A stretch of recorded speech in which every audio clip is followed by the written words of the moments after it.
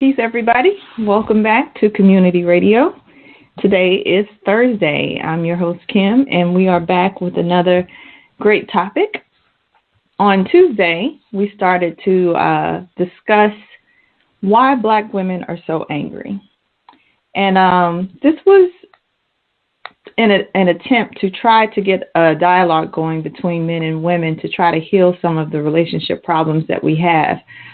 This is also in response to the Nate Parker discussion that we had maybe a couple of strongs ago.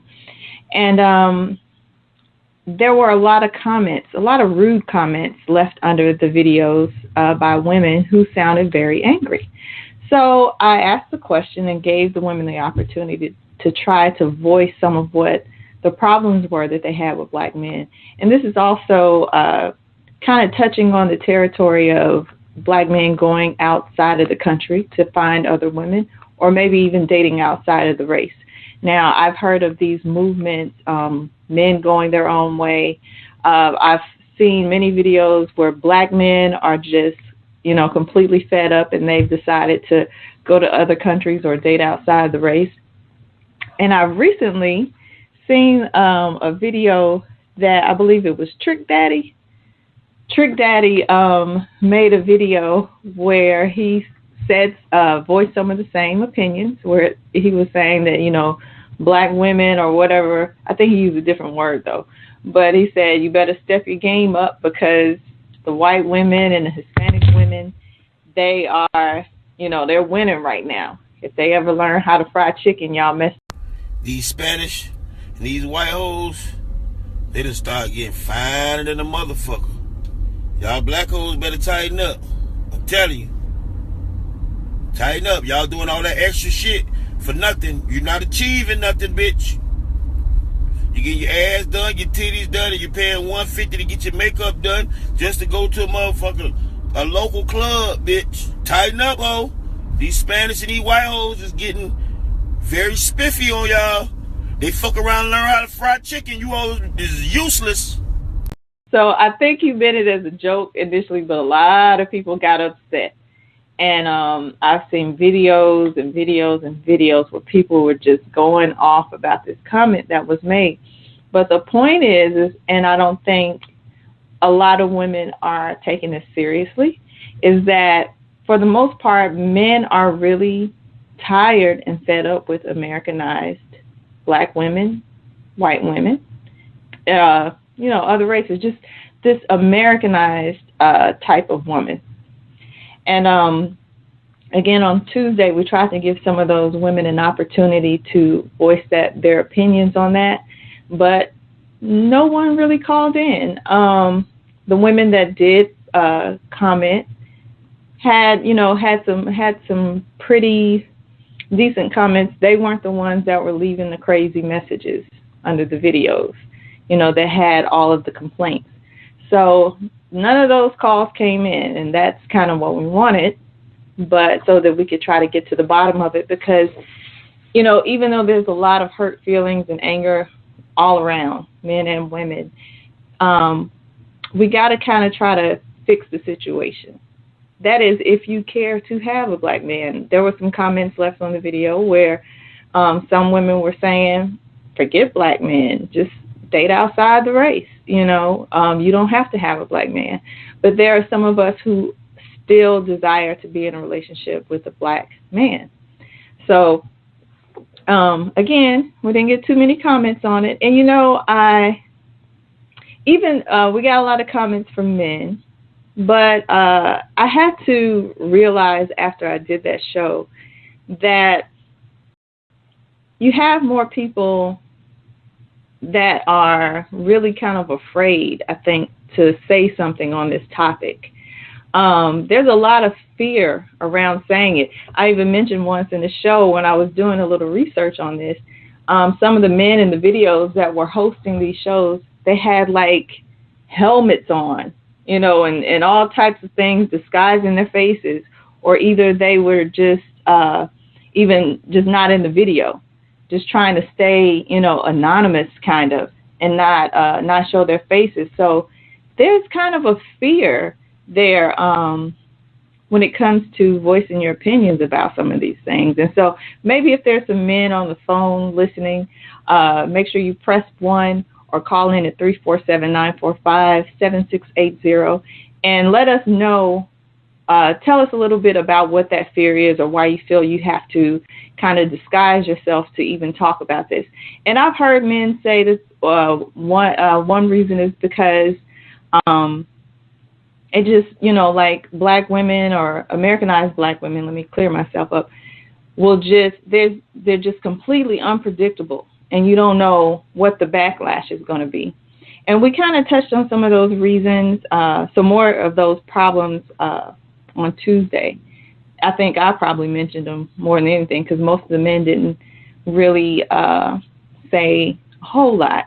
I brought up some of the issues that I've heard in some of the videos, and one of the main problems was that for the most part, when an angry black woman or an angry Americanized black woman, once she starts going, like just going off, like that was, that's the complaint. We're just not pleasant. Like upon initial meeting, we just, the attitude is there, the head rolling, the sucking of the teeth, just attitude just off the top. And at no point, once the conversation starts going, do we stop and say, you know what, that was disrespectful, or I was wrong for coming at you that way, or anything like that. So if there's an argument in a relationship or something, like she is just an emotional tornado, and there's no point does she turn it off to where you can get some logic through and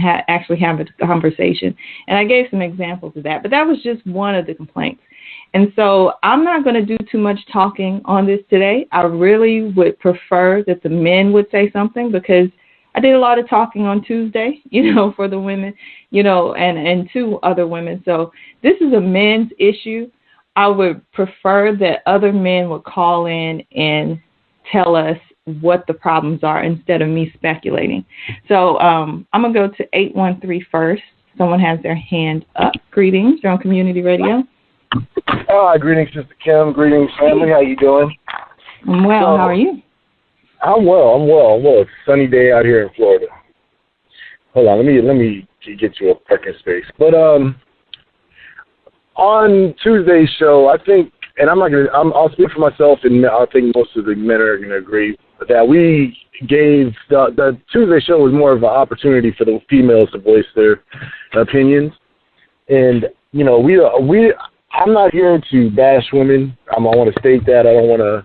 I'm not here to start a war, but I will state that when the biggest issue that I have experienced with women has been the combativeness about ideas and visions that we see clearly. Okay? Now, there's a difference between if I state that, okay, I want to go do this, let's go do this for the family, and we work together and find methods in that route. But if I say that, okay, I think this is the best solution, and you believe there's another solution that's better, and you disregard my solution all in general just because I said it, that's where I've had my issues with in the past. So, my biggest concern with it has always been just like, look, if you literally, okay, if you hire me to lead a family or lead a household, let me lead. If I'm wrong, correct me, and I will take that and try to right the wrong. But I have to, as a man, to even become better and greater as a man, I have to go through my losses and gains, from my failures to my successes. I need to experience both sides of that. So, that was the only thing that really kind of got me into the situation because, I've been an entrepreneur all my life since I was 19. And even when I was working, when I was 19, 20, I was dealing with management. I was always like the manager of the store that I was working at. Or even that, when I worked at a grocery store, I was a stock manager and so forth, so on. I went from cashier to stock manager and all that stuff. So it's I have a lot of leadership experience when it comes down to things. So I know how I like to lead and how I like to play, but now at my age now, I've learned that I have to not be too stubborn, because I have had my own stubbornness inside of it, and I can see that situation happening and causing conflict. But I've learned from this point that I have to be able to listen to my counsel and work more effectively with that. But I've had that was my biggest issue that I've had in mainly all my relationships is bossy women. Well, bossy women that want to control everything that's inside of the spectrum, and that's pretty much it. Okay. And let me not say all my relationships, but the ones that really opened my eyes to things were the ones that I was experiencing bossy women. Okay. So for you, what is wrong with having a bossy woman? What's wrong with her trying to call the shots?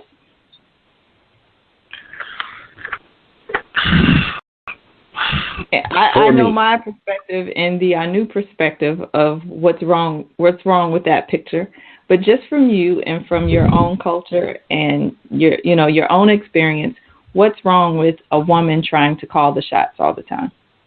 When it comes, my view of it is, and this is my view and maybe my perspective, and I won't say that.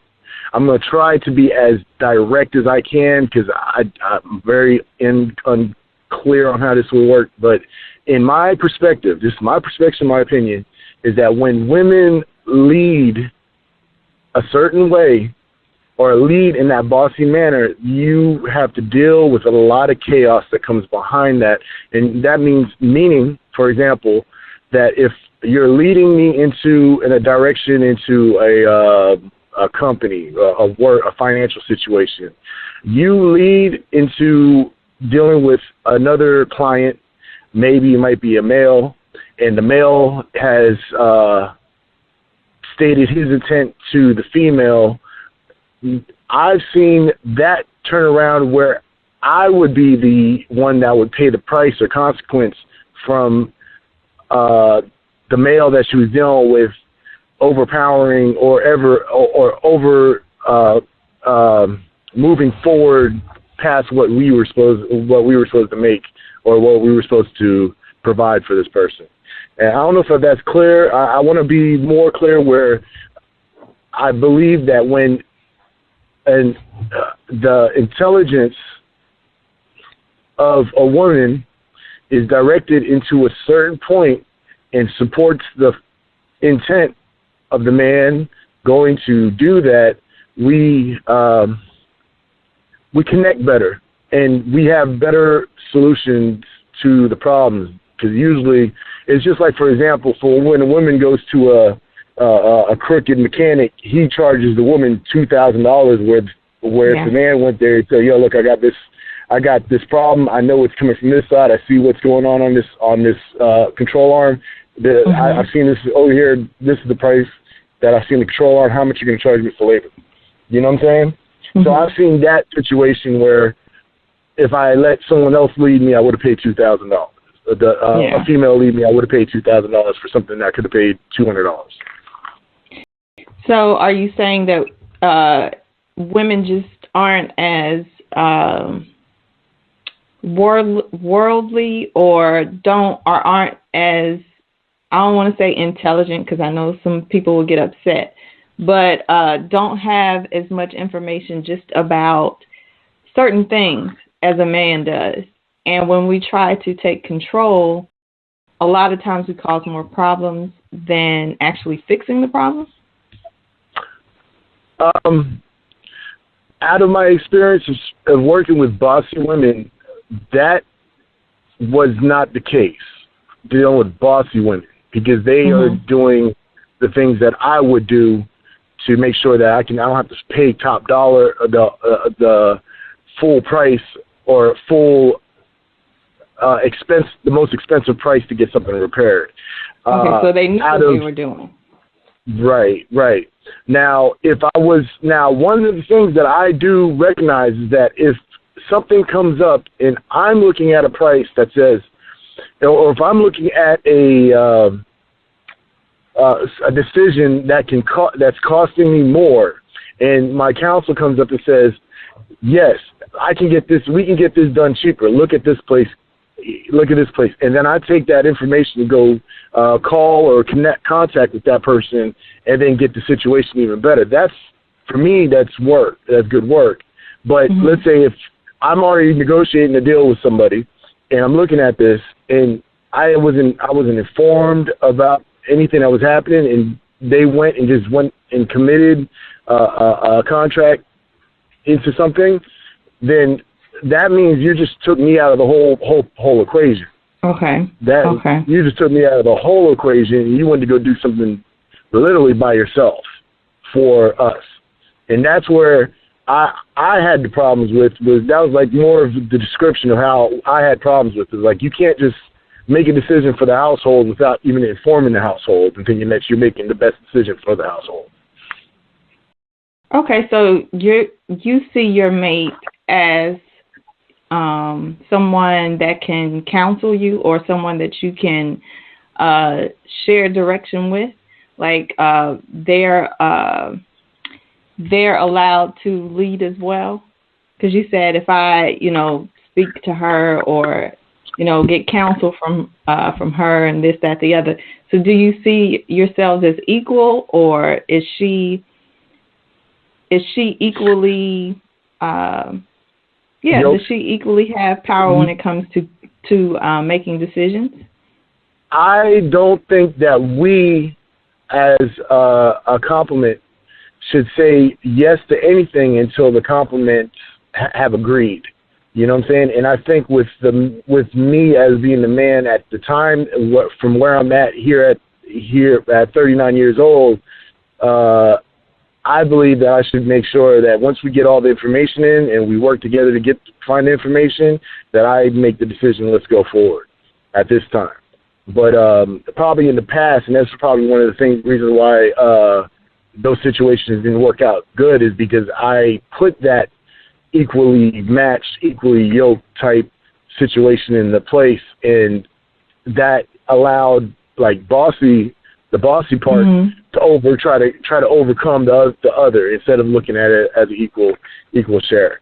I look at things really with a real yin yang perspective, but I understand the yang leads and the yin follows. So, and that's how I envision even my relationships now. So. Okay. But in the past, you kind of did this, because you know what? That's kind of an Americanized idea or way of looking at relationships. It's like women feel like they should be equal. We're equal partners in this. So she should have just as much right to do some of the things that you do, and vice versa. Yeah. I don't agree with that. Sometimes not vice versa, because sometimes we can be a bit hypocritical. But I just noticed in American culture it's like that. Yeah. I agree with the fact that we both have two different energies, and we do well when we're inside of our own elemental energy. Like me being in my masculine intent, making sure the intent and direction, the hard work is being done, and that type of motion is being done. Now, for the woman, I believe that the best route for her is the communication issues. They're good at communication. So if I need certain things supplied to me so I can continue doing the work, I will call her to say, look, I need you to go and get the best price for this, and here's the communication. Give it to me and get it set up. So when I go to this job, I have everything that I need. You know what I'm saying? Okay. So, I believe that we're not equal, we're complementary, and that's really what at this point where I'm at, where I believe we work the best at, and we'll be in our glory when we're doing our parts, not my part. I'm not doing your part, you're not doing my part, but we're doing our parts, the parts that belong to us. And that, I think that's at this point, like I said, once again, at my age, it's like, look, I'm doing this part. This is what I'm a state that I'm doing. This is where what I believe I'm going to be the strongest at. I need you to do this part. This part is going to match you. If it doesn't match you, let me know, because then I can get somebody else to do that part that doesn't match you. So that's kind of how I'm working nowadays. Mm-hmm. And how's that working out? I don't know, like, if the woman you're saying, if, like, she's an American woman or not. But I guess I'm just trying to ask, like, currently or in your past, have you found that most women don't know their roles in the relationship, and that contributes to part of the problem? Because you say, you know, when she's operating in her feminine energy, you're operating in your masculine energy, things go a lot better. Well, in American culture, those roles aren't really defined. And so sometimes we step over, you know, we step into each other's territories unknowingly, just because, you know, this culture really doesn't have too many distinctions between the two. And even I said, like, on Tuesday, that, you know, we've kind of been programmed this way for so many years, for so long, for like decades. If you know, watch TV or listen, you know, in media, you'll find that most of the families that are portrayed, like in sitcoms or movies or whatever, most of the time the woman is always portrayed as the one that holds everything together. She's the brains behind the operation. She's the one, you know, dictating everything, and the man is just, you know, just a lump of flesh that sits around, and he overeats and drinks beer and scratches his stomach and you know, just like a real ogre type. You know, maybe he has a job, maybe he doesn't have a job. But for the most part, that's how men have been portrayed to us in American culture. And so do you think that part of the problem is that neither one of us, the man or the woman, knows what the proper roles are? Mm-hmm. I agree with that whole statement, and that's one of the things that I think men and women have been programmed into thinking how the roles are. And I think I personally think that's probably one of the reasons why women have so much hatred towards the man, because they look at us as, oh, we just sit down, we go home and watch sports, and then a good portion of us, that's what we do. We go home, watch sports, drink a beer, and we don't even go do anything around the house. We won't do anything around the house until 6 months later, after you telling us 50 times to go do this one little small task, one little small task. So I think that's where the problem resides for the male's perspective, is that we, and I'm generally speaking, because I'm not really even speaking about myself, because I don't participate in watching TV like that. You know, there is times I do watch TV, but I will tell you that I don't watch sports. I don't play video games. I don't have time for none of that mess. I don't.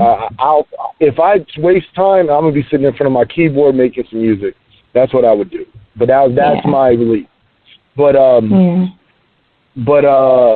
for friends or people that I know, where football season comes in, and I am constantly watching men sitting in a room all together, watching the TV, cheering on for these other men playing a sport, I find that to be very, it's social. You can have some bonding time, male bonding time, but it's just so much of a waste of time for me. And then have the conversation that comes out of that, and the days of talking about who won this, who got this trophy, and da-da-da. It's just, look, we could be talking about so much other things, you know. And honestly, right now, I personally feel that I don't have time to talk about anything other than building a proper family, building a proper nation, building a proper community, something that I will be a lot more confident in moving forward with. And that's just me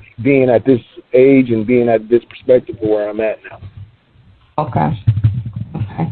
I'm going to take a quick 1-minute break. Everyone that's on the line, when I come back, If you'd like to chime in and make a comment, just press the number 1. The number is 347-945-7680.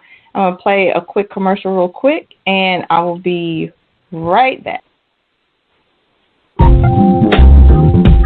Alchemy is a type of chemistry that was used to try to turn base metals into gold. It was also used to purify and perfect objects. The Philosopher's Stone is a more common name related to alchemy that you may be familiar with. It was a rejuvenation substance that could cure disease and achieve immortality. Modern studies of alchemy recognize the goals of those times, but also consider this science in a more spiritual, esoteric way. They found that through the knowledge and manipulation of earth, air, fire, water, and ether, you could induce personal transformation in order to discover your deeper nature as a multidimensional being.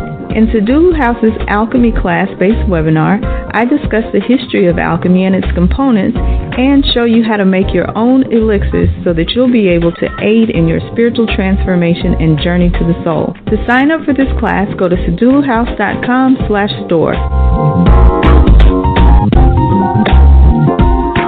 Okay, welcome back. Sorry about that.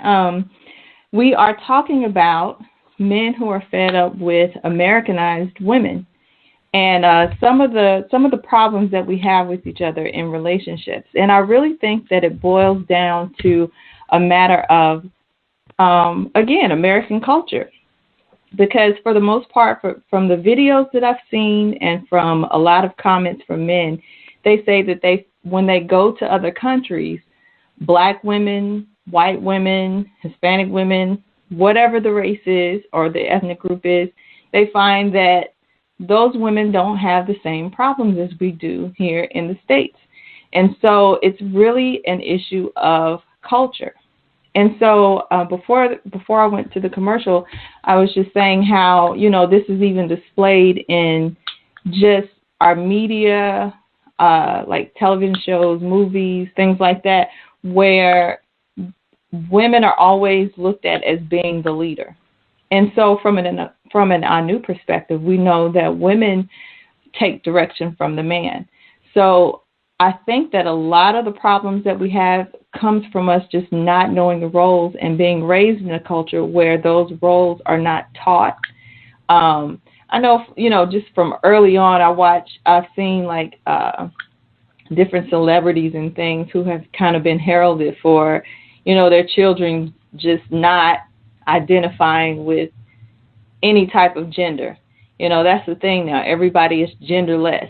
Nobody wants to wear girls' clothes. No, the boys don't want to wear boys' clothes. And so now, it's just all about fashion. It's all about fashion. It doesn't matter. And so, even as young children, it's like, you kind of get brainwashed, and the kids get kind of brainwashed into this to where they can just express themselves in any kind of way, and nothing gets checked. We feel like, we're trying to force them into being a girl or force them into being a boy, and that's not right. You're stifling their creativity and, all these other reasons that you hear. But when these children grow up, and when it's time to have a family, most of the time, we don't know how to behave in a relationship, and the relationships always fall apart. The divorce rate is sky high, and and by the way, the divorce is usually initiated by the woman.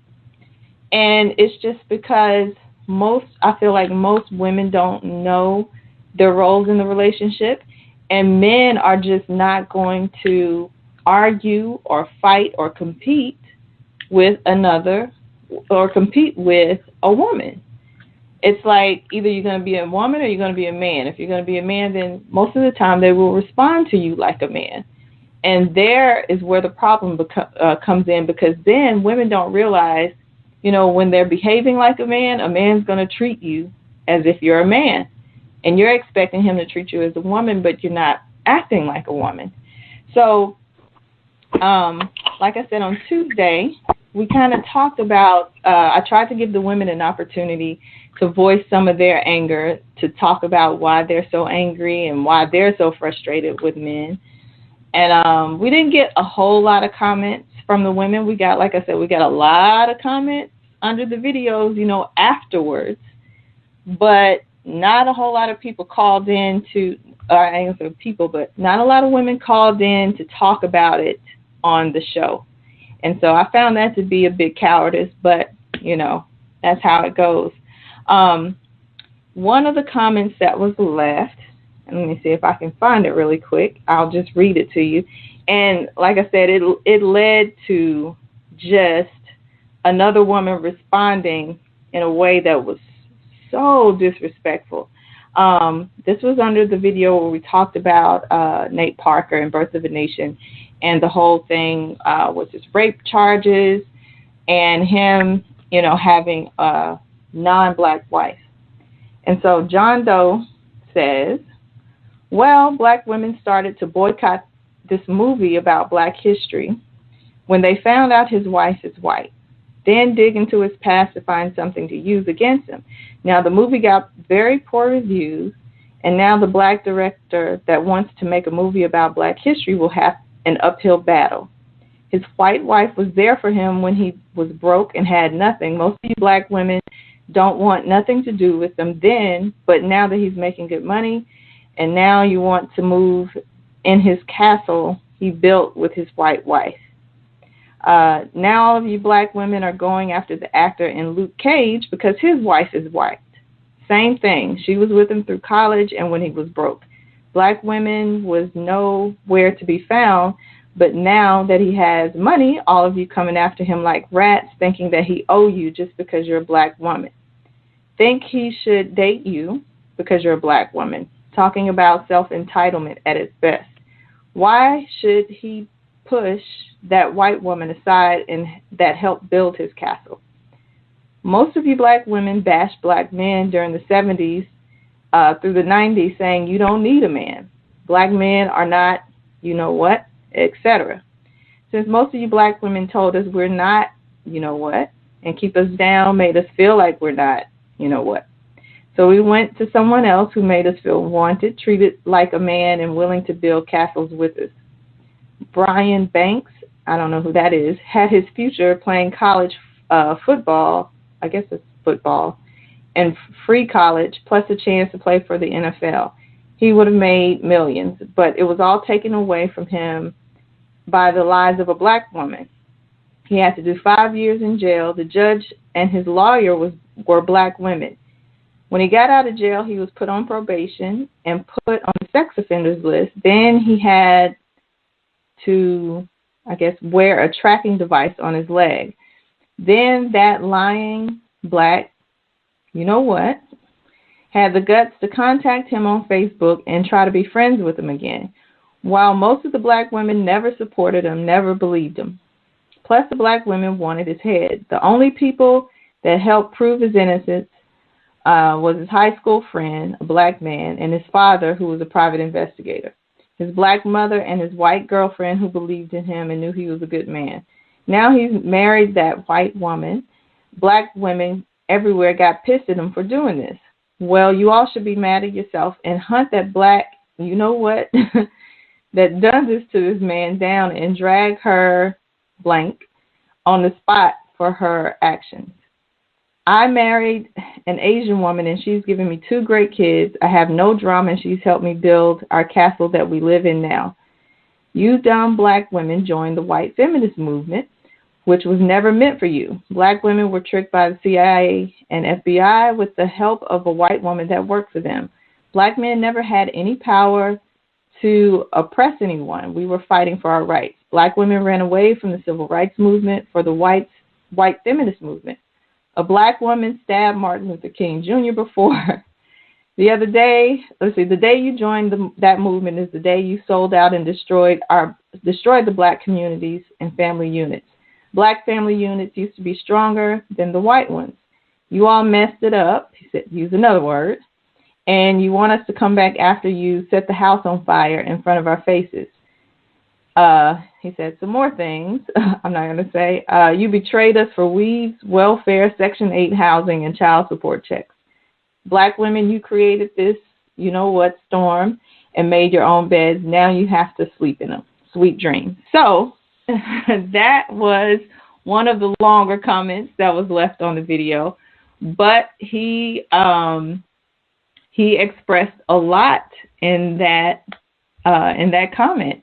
And so again, you know, I was saying earlier that most of the time when I noticed when I started doing this research that most of the men would not reveal their faces in the videos, or they just weren't on the videos at all. I saw one again where this guy had a complete helmet on his face so that he couldn't be seen. And so I guess I was just wondering, you know, what is the fear behind bringing these issues up? I don't know if there is anyone on the line that can explain that, but even this comment that was left by John Doe. He had a lot to say, and I guess we can, I want to hear from some other men that are on the call to see if you agree with any of these points that he brought up. So this is your chance. We're trying to we're not doing this to bash women or to bash men. We're actually trying to do this to put some of these things to rest so that we can start to heal and start to possibly fix some of the problems. I think sometimes, too, most of the time women just want to complain instead of fixing the problem. Like I said on Tuesday, we didn't have very many women to call in to actually voice their opinion and have it have that question or that concern they had answered, because I really feel that, you know, once that's done, now it's on the woman to decide to change or to try to fix the problem. So maybe that's why we didn't get any very many comments from the women on the phone. Maybe not. I'm not sure. But after that message that was left under the video, what do the men on the call here have to say? If you're not afraid to speak out, and if you would like to say something, make sure you press the number 1. Dial 347-945-7680 to comment. Anwar, are you still there? Yes, I am. What do you think about what was said? I have a perspective. I have two perspectives, okay? And I'm going to speak on my perspective first, and then I'll speak on an assumption of how Americanized men have. And that's just, and my second part will just be assumption. But my first perspective is that I come from a country that mainly deals with men having the majority of the well-paying jobs or the directive jobs, and the family structures are a little bit more, I don't know how about exactly right now to date, but from my experience growing up inside of my culture, that the men were the ones that had the more payable jobs and the more jobs that carry more responsibility. And what I've noticed in my family alone is that the men who had these jobs and were working, their wives mainly stayed at home and took care of the household and so forth, so on. Even took care of the extra stuff that the male had to do, where even with like paying the bills or keeping the finances in order at the house, that they took care of the household and made sure the children were fine and made sure all the other dealings were directed. And like my grandfather and my grandmother worked like that. My grandfather and my father and his wife currently does the same thing, even though she's a teacher also. But my father and my grandfather, they led the household and brought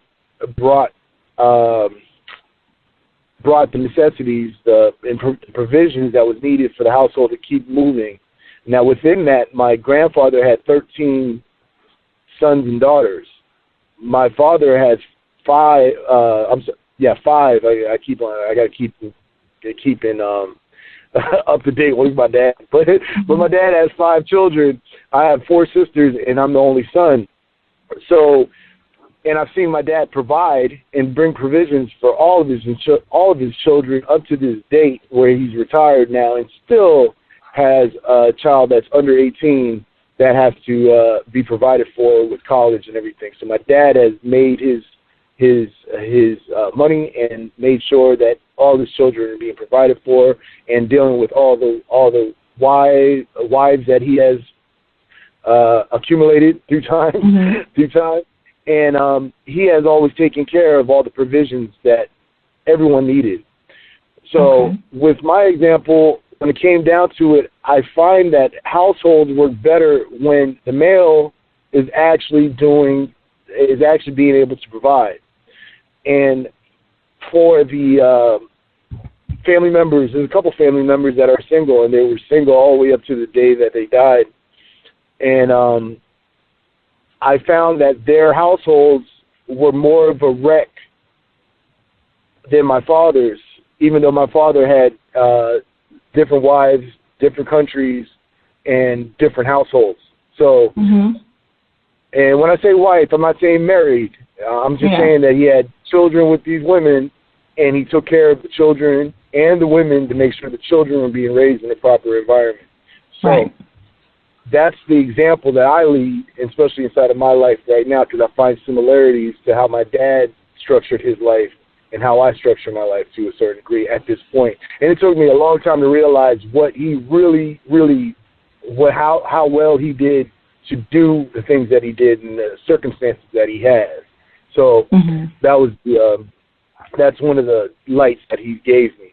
And inside of the overall culture in Suriname is that you will see powerful women in powerful places, but best believe those powerful women in powerful places have powerful men in even more powerful places. Okay? Yeah. So I see that in my culture, and I can compare it with American men where I don't want to say what there's so many causes that can stop a black American male from not achieving success and greatness inside of the things that they would like to do with their life, just being here in this country, one thing. But when males aren't providing, they're not able to provide for families or their children, they fall into a state of depression, which I've experienced, where it just feels like everything that you're doing is not worth anything. And then combine it with a woman that is aggressively talking to you and degrading you because of what you're not able to do, instead of helping you find a direction, or you finding a direction and her helping you move into that direction to bring finance. You just get this conflict that happens back and forth. Now, on one side of what the person said in this statement, and Sister Kim, cut me off at any time if anybody chimes in. I would like to hear another perspective, okay? And this is where I'm talking. This is an assumption, because I really don't deal with this side. I've dealt with certain instances of this side. But for dealing with this side, when you're dealing with the black American woman and the black American man, is that we in both sides have been programmed to look at each other in a different way. So what happens is that the black woman is trying to behave like a white woman and live into a white woman's world inside of the Western Americanized culture, and the black male, which is trying to do the same thing because of the things that he sees and things that he experiences and the programs that he's received, is trying to live as a,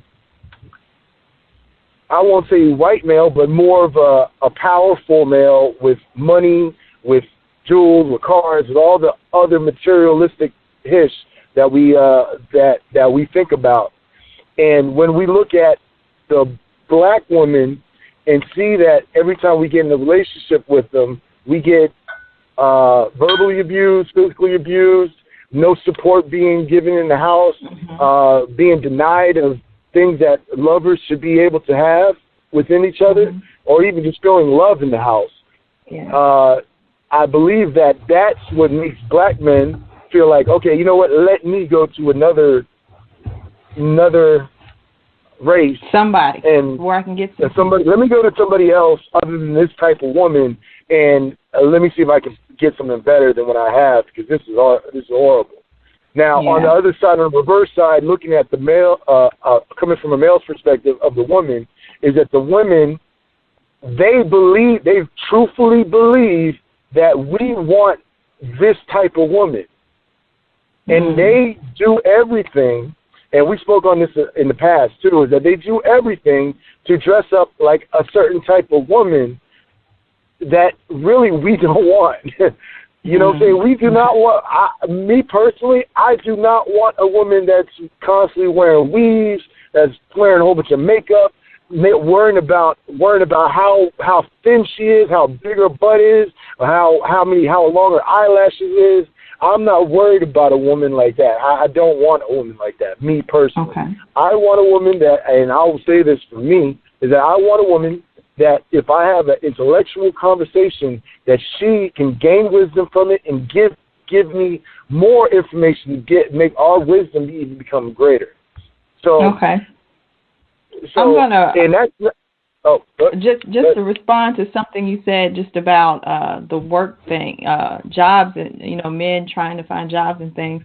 I'm gonna read one of these comments that were left on the page, just to show you, like I said on Tuesday, none of these women had anything to say, but they leave really off comments on the pages and on the videos. So this person says and they've left another disrespectful comment on another video. I'm gonna see if I can find that. But she says, we have bigger issues than trying to psychotherapy black women by judging their anger.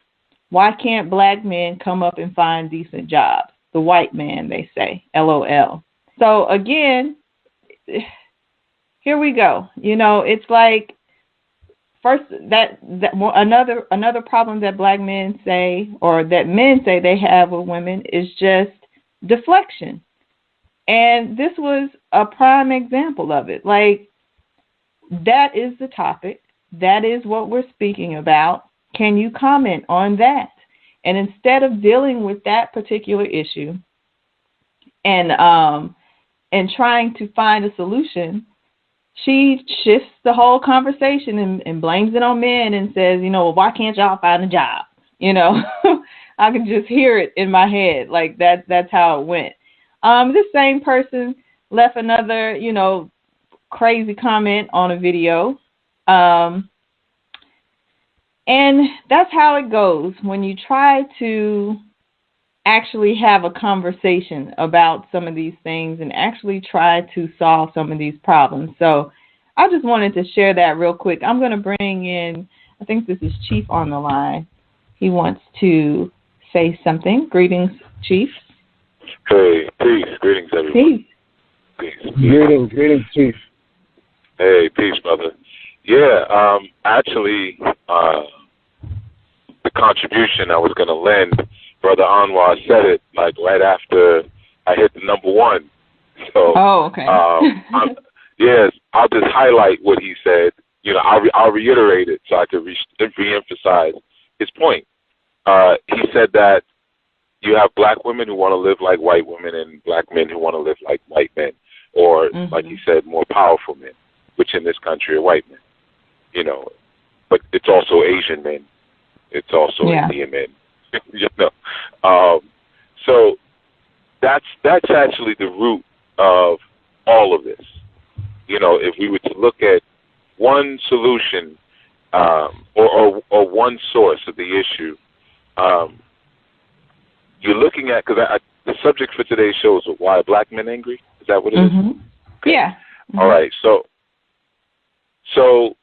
ultimately, and I'll say this, black men are angry for the same reason that black women are angry, but they're just expressing it differently. And it's that they've been sold a bill of sale that they cannot cash in on. So you have people who have grown up and they've been taught that if they did certain things and behaved a certain way, that a certain life would be promised to them. And they did all of those things, and of course they didn't know that it was a scam. Yeah. You know, they were being sold a lemon. You know, they're showing a picture of a house that's you know, perfect, and then when they go to claim the house, you know, it's collapsed and there's a tree in the middle of it and so forth and so on. And it's just too much work, the house, and get the roof repaired and, you know, replace the plumbing and the electric. It's just too much work. So they're upset. And they're not mad at the person who sold them the house. They're mad at the actual house. You know?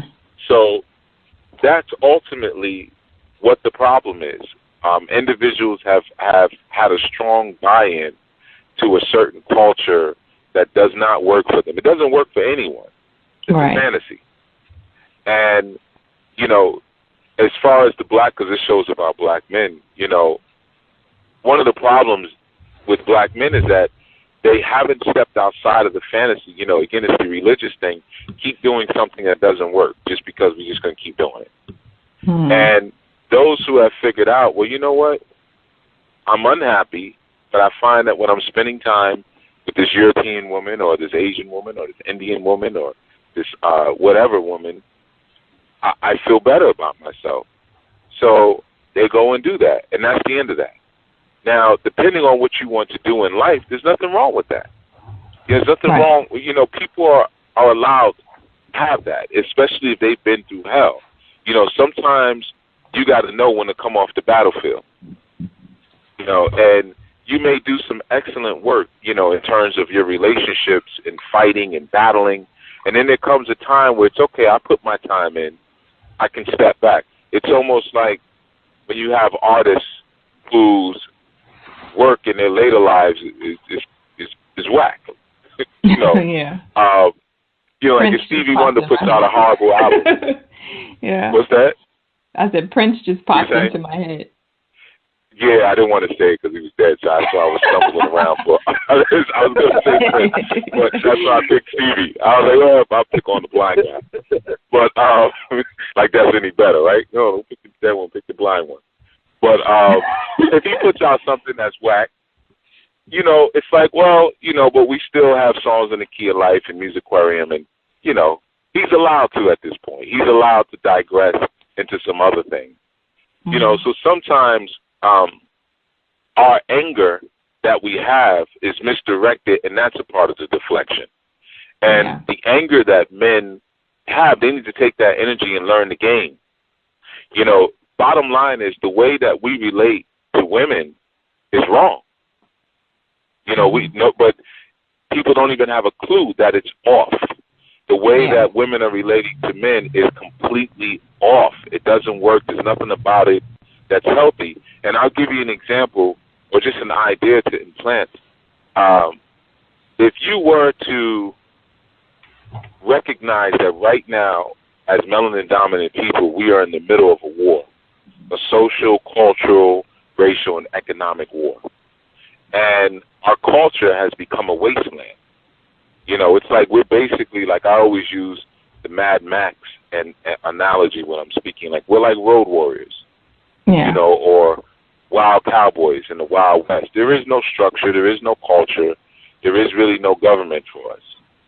So if you look in environments like that, you know, as a man, and when you watch movies like that, just think about if the whole economy was to collapse tomorrow or the next storm. Think about what you would then want from a woman going forward. You know, some of the demands and the things that you want from your woman are part of what's making you upset. You know, for instance, you want to have a sensible conversation about why women hate men and hate women, and you don't realize that women can't have that conversation. Their brains don't work that way. So what they'll do is they'll just broadcast very wide complaints, or they'll crack jokes. You know, they say, well, y'all a bunch of clowns, and you just get your act together and stop hurting people. And, you know, it's just things that don't really make sense because you don't realize you can't have that conversation. But you're looking to converse with her like she's a man, and she's not a man. Yeah. She's a woman who's hurt, and it's just gonna be emotional darts that she's gonna keep throwing out. And it's not a dialogue that needs to be had with her.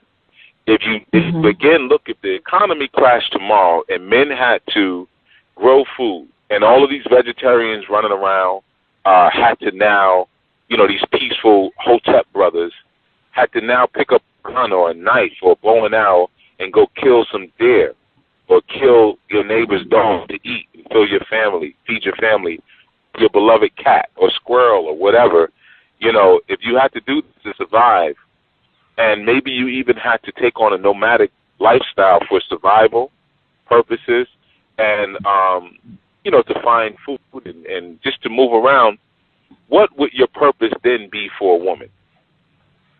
It would primarily be sex. You would just come, you'd have sex with her, drop her some money here, and then you'd be gone. To go out and find new territory or defend the borders of your land or whatever else. So if we were to look right now and really look at our situation as a people, we realize that we are already in that wasteland. And what we're desirous of when it comes to women is off. Just like the things that we eat in this time are off. We're eating the food of lazy aristocrats, cakes and pastries and refined bread and processed foods and all these things. And so many things that are breaking down the testosterone inside of us as men. So with no testosterone or weakened testosterone, we lose focus. We lose motivation for life. Our immune system is compromised. We can go on and go on and on and on and on. But when you put yourself into a healthier position where your environment is more masculine, your motivations are more masculine, you're going to find that what you're pulling on from your women is much different. You're going to find that even the ideas of getting married and having children take on a different meaning in terms of the investment and the return on the investment. Is that even wise to do right now? Is that even safe to do right now? Is that even necessary to do right now? And then when that happens, you create space for the women to now understand not only what their role is, but how they need to develop greater sisterhood, more sensible sisterhood. And then there's also a greater appreciation for when you arrive. But again, it's that false bill of sale that has completely deluded men into thinking that women are supposed to be some type of friend I got to run and tell her everything that happened in my day today and, and why isn't she listening to me? Right, why isn't she excited about the things I'm excited about? And the thing is, you need to be around more men. And you almost have to learn in this time, we live in very savage, hard and forceful times, and many men are born because of the programming. Our mothers beat the manhood out of us at a very early age.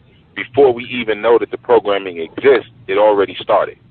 Yeah. So then as time goes on later, each woman we meet tries to do the same thing. So your reaction has to almost be savage. Because this is a very savage and harsh world. So you have to defend and fight back for your manhood just as harsh. You can't negotiate to get your manhood back. You can't say, oh, you have my testicles, may I have them back, please? And if I go buy you McDonald's, will you give me back my testicles?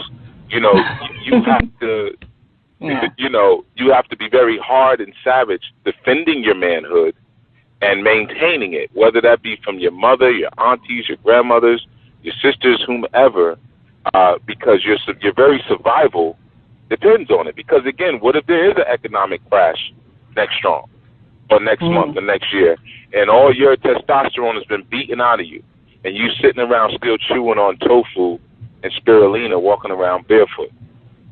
Yeah. Then you're going to really see some weak males. So, I just think, Brother Anwar, he hit it, and he said, the things that we're desirous of are fantasies. We don't know, like when we say we want to live like the white man or the white woman, we don't even know how they live. No. So that's a fantasy. Yeah. We just know what media has in front of us. nor will we really agree with what we want the stuff. Nor would we. Go ahead. All right. I said, nor the fact that we don't experience what the white man is living like. How do we really know what we would really like it if we had that experience? And that's another issue too. Is sometimes you get pulled down that road with the under construction sign, and you're stuck right there. And you're trying to make that backtrack, and that just throws you off. But I wanted to make 3 points just to correspond to what Chief just said, because you hit it on the T. First off is work. I have been doing a job for the last 6 years that does not fit the profile that I have as a man. So I have been working diligently to reconstruct a new work apparatus or work profession that's going to not only make me feel more manly, because I'm going to be doing contracting work as maintenance and building, but I'm also doing things to make sure that when I quit what I do on the 31st, that opportunity is running. And not only am I building a business from scratch and not relying on a corporation to give me something, I am going about it in a way where I would be able to hire brothers in a more productive fashion and under a more African-minded business for it. And that's my objective with what I'm trying to do with my next company. The next point I wanted to make is that food is that I know I came to the agreement that I can't be a vegetarian. I'm not going to eat none of that processed food. My stomach can't even fathom eating junk food now. Every time I do that, I have like acidic mess happening in my stomach. I find myself eating hard green vegetables, and if I do eat meat, it's not that much, but it's going to be very potent. And I'm trying to, my personal thing, since I got buddies that hunt, I'm trying to get food that's being hunted and caught wild. You know, there's here, even when it comes down to like chicken, in Florida we have a lot of farms. You can just go out and buy a couple chickens, slaughter them yourself, put them in the freezer if you have to, or get your own chickens and put them in your yard. And every time you get that taste for some flesh, slaughter them. And I think that's important for a male to understand, is that when you're taking the life of anything that's alive, there's a whole system behind that, and there's an experience that you're going to have to get. And that's just my view on that. But in the last comment that you stated about men having their testicles taken from them and their mothers being beaten, I've experienced that. And I've had to do some major work for myself to sit there and tell my mom, I love you, but I am my own man now. If you don't want to listen to my directive, I'm sorry. I can help you. If you have a problem, I'll help you. But here's the issue: if I sit there and tell you 100 times, with my mom, I'll do 100 millions of times. But with anybody, male or female, if I have to tell you more than 3 times, I'm not going to ask you again. I'm just gonna handle it myself, or I'm gonna get somebody else to do the job. And I'm like that with my sons.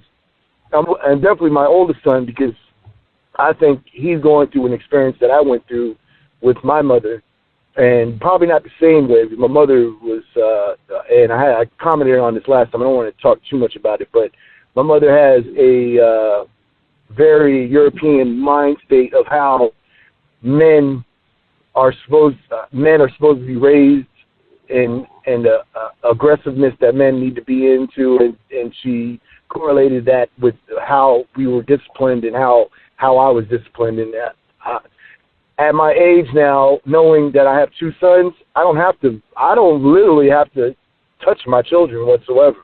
It really doesn't go more than one firm word or a couple words that gets them boys with their back straightened out and move into what they need to be doing. Now, my oldest son, him being a teenager, he's a little rebellious, and him being in the position that he's at, I think it's downplaying things. But I'm making my steps to make sure that he understands that this is what I'm working for, so he can understand what manhood is all about. Because I just think he's been a little too kept in the nest, to say. But yeah. But at the same time, I think those three points that you made, Chief, are very important. And I think as men, for us to really get past this, we need to start developing our own commerce and staying away from trying to look for a job to be in the same situation that we've been into. I'm telling you that I know a lot of men that do multiple different things, from lawyers to plumbers to ACs to just hard-working people that will go out there and just do what they need to do. You know what? If you have some kind of trade or some kind of experience behind the jobs that you've been doing, even if you're a McDonald's worker, you know what? Start getting yourself a grill and going out there and making some food. Go get your licenses. Go get your things. That's my advice to men when it comes down to looking for jobs. Don't look for a job. Create a job. Yeah, I was going to comment on that as well as I was listening to Chief. I think people don't realize the condition that we're in right now and how serious it is. But if you didn't know, Donald Trump won the presidency last night, and so I think people need to get real serious about what's going on. One of the things that I thought about just during the entire race was that I found it interesting that this really was kind of an extension or a revival of this feminist movement, because you had two people who represented two very extreme positions. You had a white woman trying to become the president, of course, because that's really, that was really a big thing. But then you had Donald Trump, who was clearly, I guess, what white men would consider an alpha male. The comments he made about women, the comments he made about a lot of things were very geared towards white men. And it just made me think, this is this whole feminist thing kind of rearing its head again. And now, not only are black men fed up, they're fed up too. And so now they've gone completely to this extreme, which is Donald Trump. And, I don't think black women realize that, we kind of got caught up in the middle of their mess, between their relationship, between the white woman trying to fight for things with her man and her man being upset with her.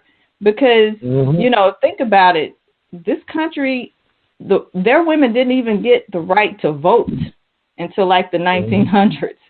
They didn't even allow her to have a voice in that decision process.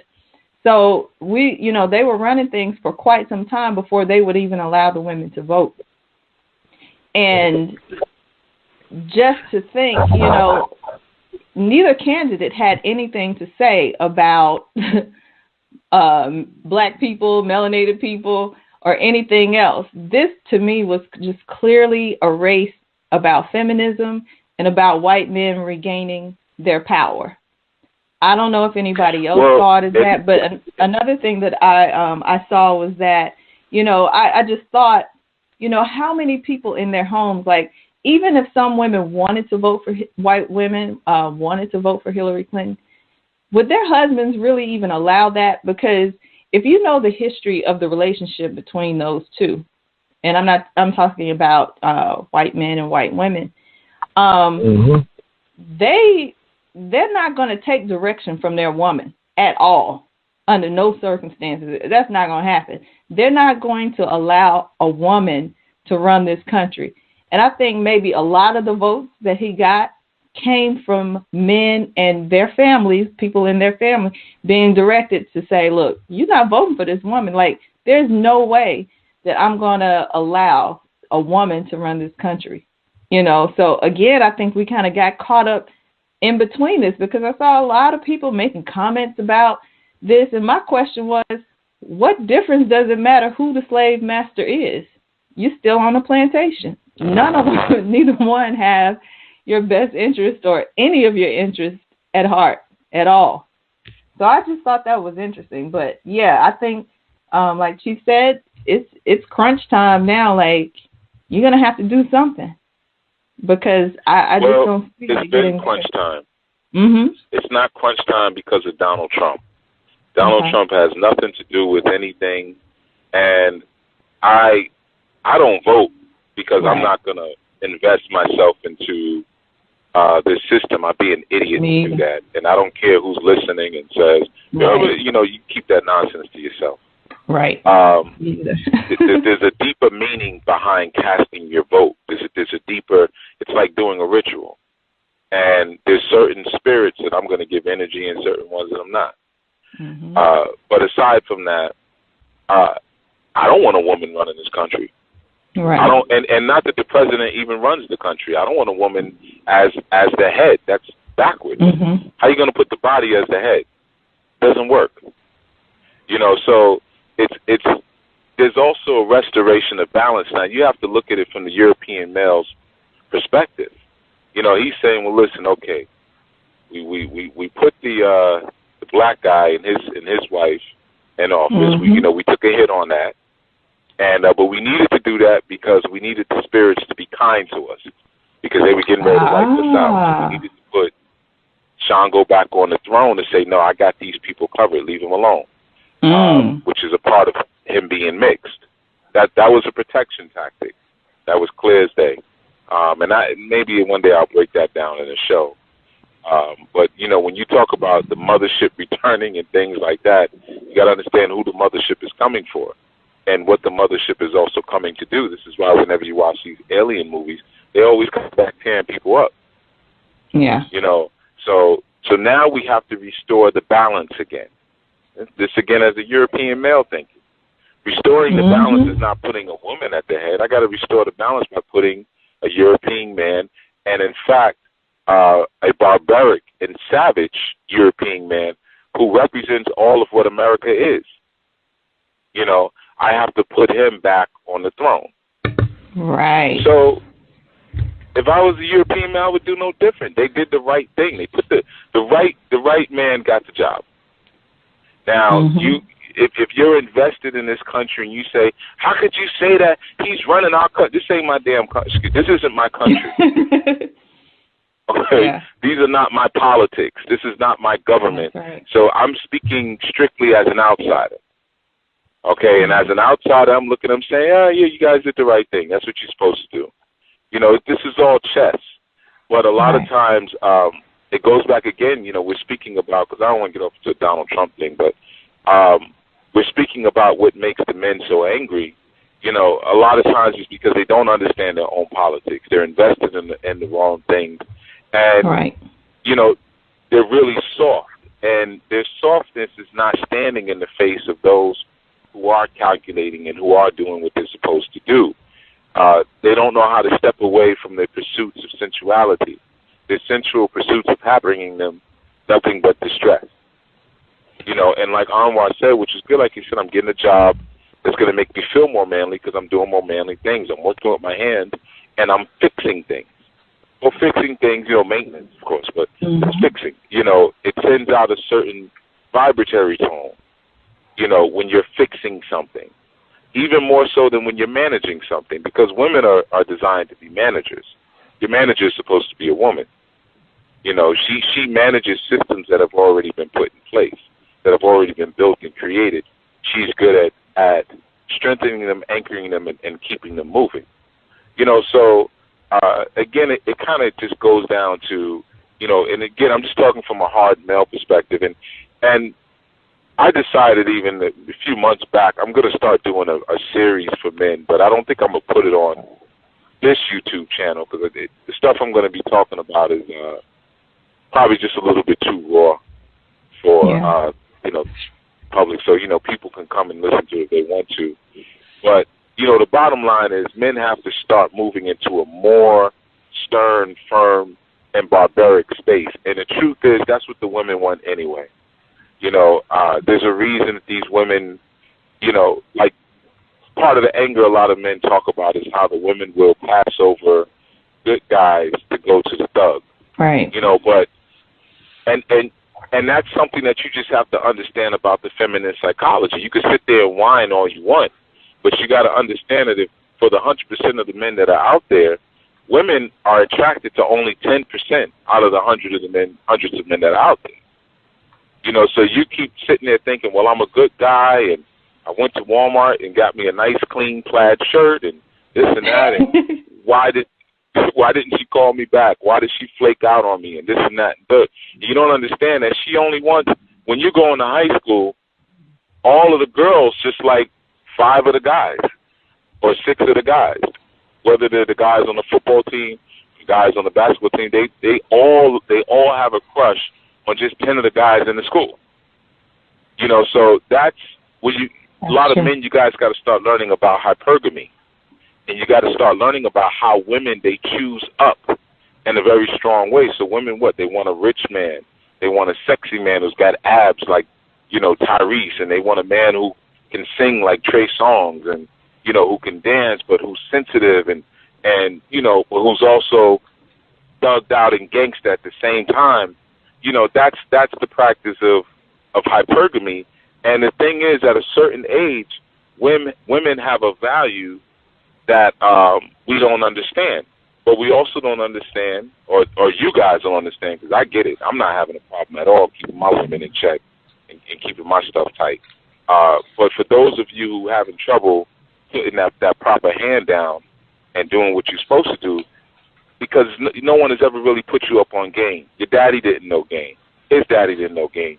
Your uncles didn't know game. And that's what the women are really attracted to. They're attracted to your mouthpiece. Your ability to navigate different situations, to stay cool in different situations, to always have an answer for everything. There's sometimes women that say that when you're talking to me, you got an answer for everything, but they love it. They say it with a grin. Because they know that this is a resourceful man who's not going to leave him somewhere stranded, shrugging his shoulders and scratching his butt. Now, what should we do?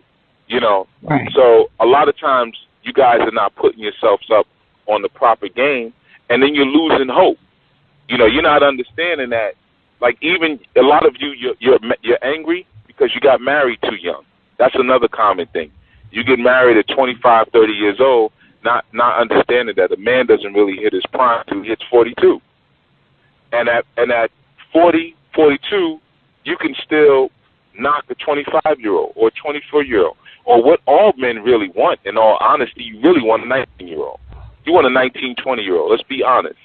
You're shamed into saying that, into saying, no, I want a woman my age who I could relate to. No, she could be twice your age. She still can't relate to you because of the way the feminine mind works. Let's be honest about it. So that's why when you were younger, you saw those girls you went to college with, a high school, they were messing with older guys. That was a form of hypergamy. You didn't have enough for them. Unless you was a dope boy or you was selling drugs or whatever, you didn't have enough for them. But that also teaches you the folly of the feminine mind. Because she's 18, 19, 20 years old, she's messing with dope boys. She's screwing boxers. She's just screwing dudes in the street, and she ends up getting all used up. By 20, 24, 25, she's got 3, 4 children, or 2, 3 children, by a bunch of different people.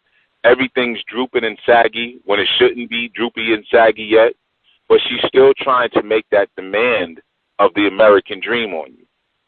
And because you don't have anything, and she's been getting pounded out by all these different bodies in her, they're depositing their intelligence in her. So now she outgames you still. She's got a different wisdom than you have. You think about it, when you see a woman that you like, this is for all the men listening, if you're not a total lame and you just go up and say, hey, excuse me, can I talk to you? If you're not saying something stupid like that, but you actually have some real game to spit at her, you got to understand that you have to open up her brain before you can open up her legs, unless she's just hot on you like that. And most times she's hot on you because you already established your game before you even step to it. You know, you might have 3-4 chains on. You might have a nice mink on. You might have a Rolex ring on. You might have a Gucci watch. You know, mink, you stepping out of a Benz or something. So you've already done all of what you're supposed to do. You know, but you're spitting game at her and you're cracking open her mind, opening up her mind so that you can open up her legs, right? Well, you think about it. Think how many men have already done that to her. And that's a mind screw. Even the one, she might have only slept with 10 men, but she may have had 200-300 men spit game at her like that. So now she's had mental sex with 200 men. And now you come along with your goofy American dream game. You telling her where you went to school and this and that and that. And all she's doing, she's looking at you and saying, you know what? You're going to break yourself. Just like in Minister Society, when they pulled up and they carjacked Harold at the light, and he pulled out the shotgun, they said, break yourself. Yeah, give me your car. That's all she's going to do. She's going to break you. You know, because she's looking at you and she's appraising you because she's been laying with all those different dope boys and whatever, and she's been having her mind cracked open by so many men who've been spitting game at her that she's thinking like a computer. And then you come with your foolishness. She plays you out, and then you sit somewhere angry, and now you're angry all over again.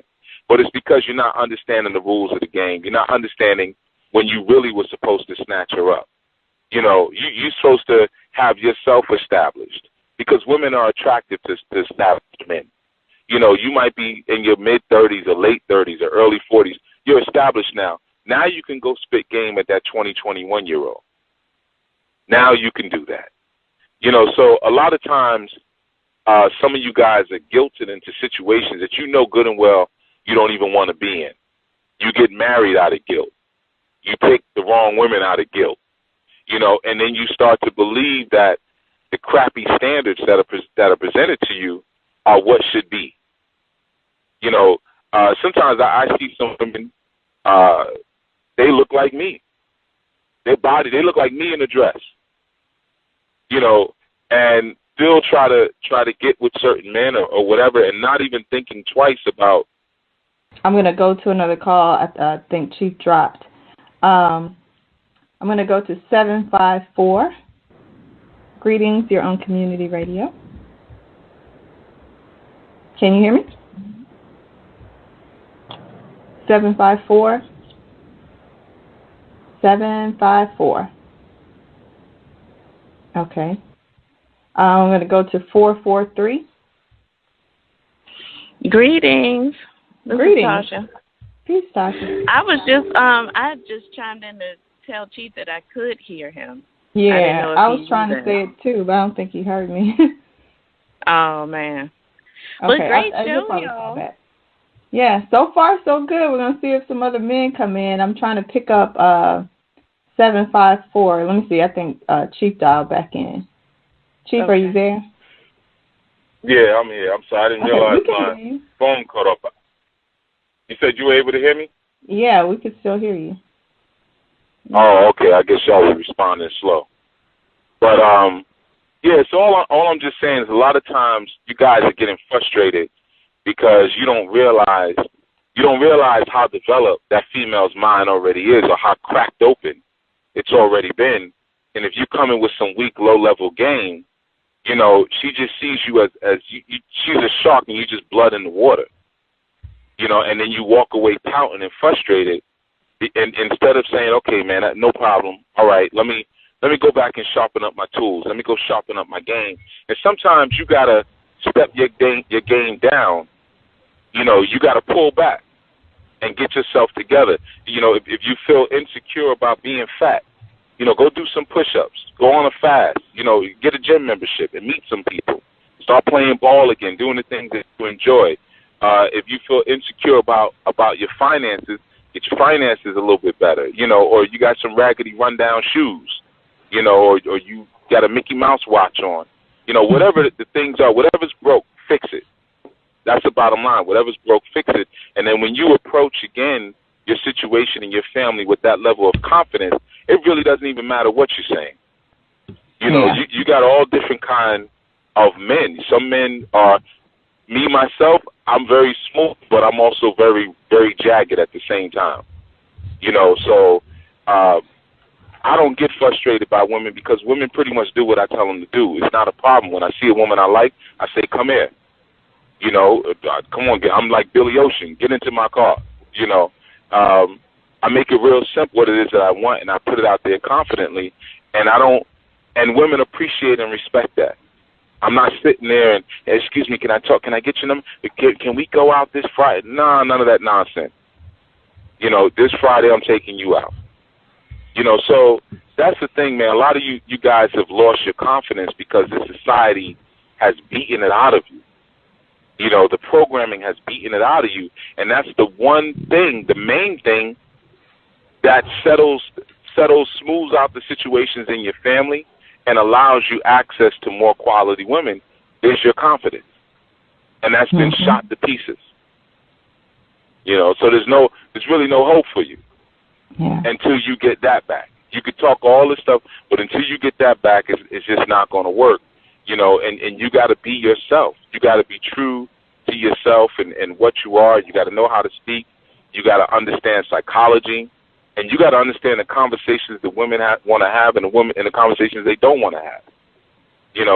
Some things they're just not that interested in. Bottom line, they're not really interested in sitting here talking to you why black men and black women are angry. They don't really care. Brother, where am I going to live? What house is mine? Yeah. Okay, that's bottom line. Just tell me where I'm going to live and what are your allergies, your food allergies? Let's just get this over with. So sometimes we're just overcomplicating it. Yeah, go ahead, sis. I find that pretty common, like in the so-called conscious community, where men are always talking about spirituality and we gotta, I want a woman like this and we gotta do this, and they're running down all of this stuff, but don't have a place to live, or they may be living with the woman and she's not hearing any of that. She's not hearing any of that because she's like, the fridge is empty, I'm living in this crappy apartment or this, Section 8 housing or whatever it is. Like, none of that matters to me right now. Like, I'm hungry. Well, you know what? Some of that, too, is this. Some of that's on the woman. See, a lot of times, this is a narrative that men need to understand, too. You assume that just because a woman is close to your skin color that she gives a crap about your opinion. So you sitting here, you want to have these discussions, you want to work out the problem. You're assuming that this is an issue that she cares to fix. And if she does, that she cares what your perspective is on it. There's a lot of women who are very comfortable with the status quo as it is. So all that yin-yang you're talking about ain't going to work. And it's like the broken house analogy I gave you earlier. A lot of women, that's why you saw the comments as you saw them on the videos. None of them made sense. No female was making any real point. Like, listen, okay, this is the issue and everything you heard was like you could clearly hear. I'm speaking from my own backwards, retarded decisions I made. Right. I went and had 3 children with a dope boy when I was young, and the good guy that my parents were trying to hook me up with, I ignored him because I wanted to mess with Taquan because he had earrings and he drove around in the Benz. Even though I know he had 3 or 4 other girlfriends already, right. And now he's dead or he's in jail. And now you want to speak on this narrative of what men are, and you don't even know because you never grew up to be a woman. You never had a man, and you just did stupid things because your father allowed you. Your father didn't say, listen, because you got a girl brain, I'm not going to let you make decisions on who your lovers are going to be because you're going to hurt yourself. Yeah. So I'm going to make that decision for you. You see, and that's a lot. Men are afraid to say things like that. Afraid with the backlash is going to be. I'm sure there's some females listening right now who are going to listen to the YouTube video and say, "See, that's why I don't want to be a part of our new nation. He's a chauvinist." Well, you're damn right. I am. If you're defining chauvinism as a man or one who feels that they have an authority over another, yes, I am a male chauvinist. I do have authority over my women and my children. And I know who's ready to make certain decisions and who's not. I'm not going to give my 12-year-old the keys to my car and say, go over to the next state over and pick me up some chickens for an ebo. They don't have that capacity to be able to do that. They're going to hurt themselves. He's going to wrap the car around the tree. So a lot of it comes from that. You're not hearing reasonable arguments in that sense coming from the women. And a lot of that is because they've created a condition for themselves through some of their decisions, and they don't want to change it. Yeah. That's the other aspect a lot of you guys don't realize. So you end up spending a lot of time and energy breaking this down and breaking that down and psychological slavery and this and that, and you don't realize she's looking at you laughing.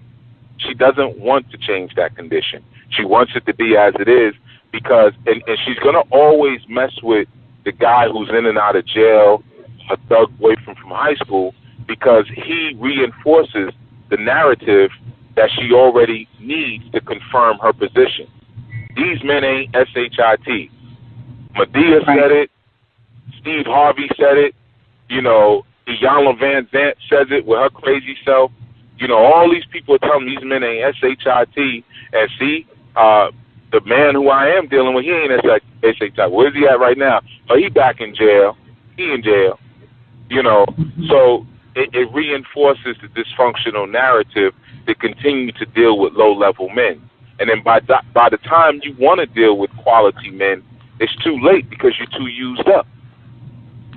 You done had too many children. You done had too many people screw inside your mind. You may only have 3 children, which is a lot of children. You may have 3 children, but you done have 400 people who have mind sex with you. And a man can sense that. And he doesn't want that. He wants something that's fresh and new. So a lot of sisters are devaluing themselves, and some of them have enough game to trick a man into getting with that. And then once he realizes the garbage that he has, because you make yourself garbage, he's angry and frustrated. Okay. But it's because he didn't have the game. He didn't know what to do.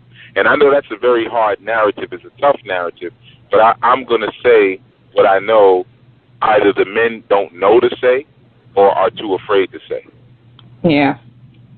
Yeah, and that's what it's been. Like I was saying earlier, a lot of the men that are saying some of the things that you said are disguising themselves in videos or not showing themselves at all on the video. Right. But I wanted to read real quick just to show you, again, how what you were saying about some of the stuff that women were saying was just completely crazy and very self-telling. This same person that I mentioned earlier that left a crazy comment on the video, the other comment she left on why black women are fed up, she says, black women are mad because of the ungrateful, disrespecting little bastards we gave birth to, and then are quick to want us to stand up for black men's lives.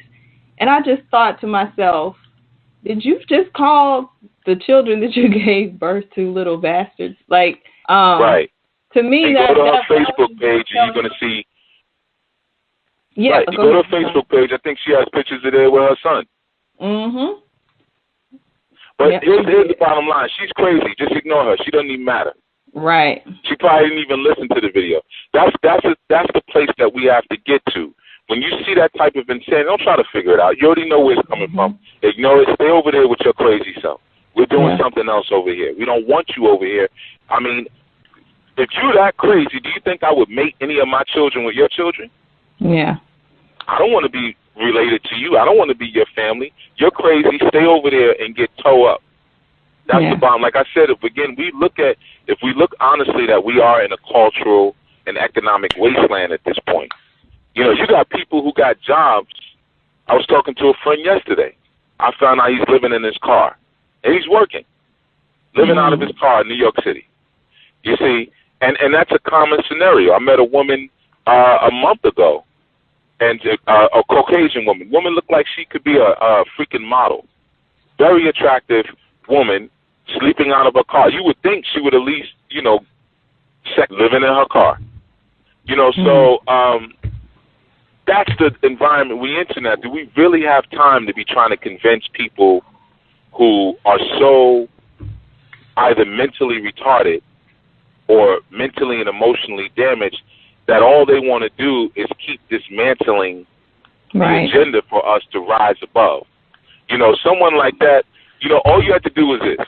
You take that same statement she made, change her avatar and put a Grand Dragon of the Ku Klux Klan as her avatar, and then tell me if the statement makes sense. Yeah. So you start to understand an Americanized, which is different than just a regular black woman, an Americanized black woman is no different than the Ku Klux Klan brandmaster. She wants the same exact things for you. So you have to understand and get away from them. You know, even when the Bible talks about Babylon and the great harlot and says, come out of her. Come out of those who have that mindset, because the whore has been raped and ravished by everyone and her mind has been obliterated. So you can't have a real conversation with her. You're going to get stupidity like what you heard. Yeah. You sisters need to just shun women like that. There needs to be a code across the board when you see that, because it's damaging to you. Very even much. Entertain.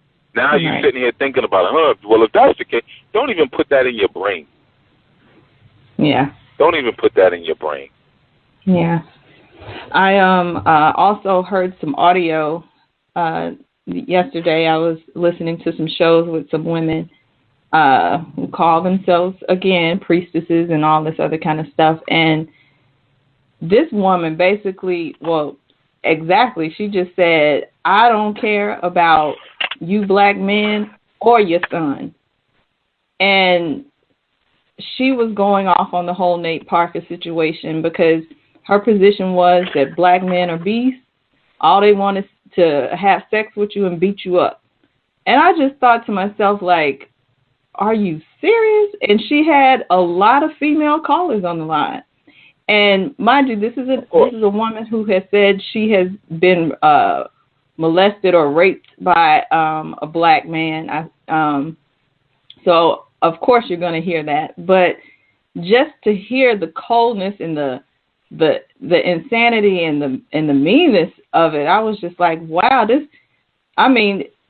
and she didn't say, she didn't care. She said F black men and their sons.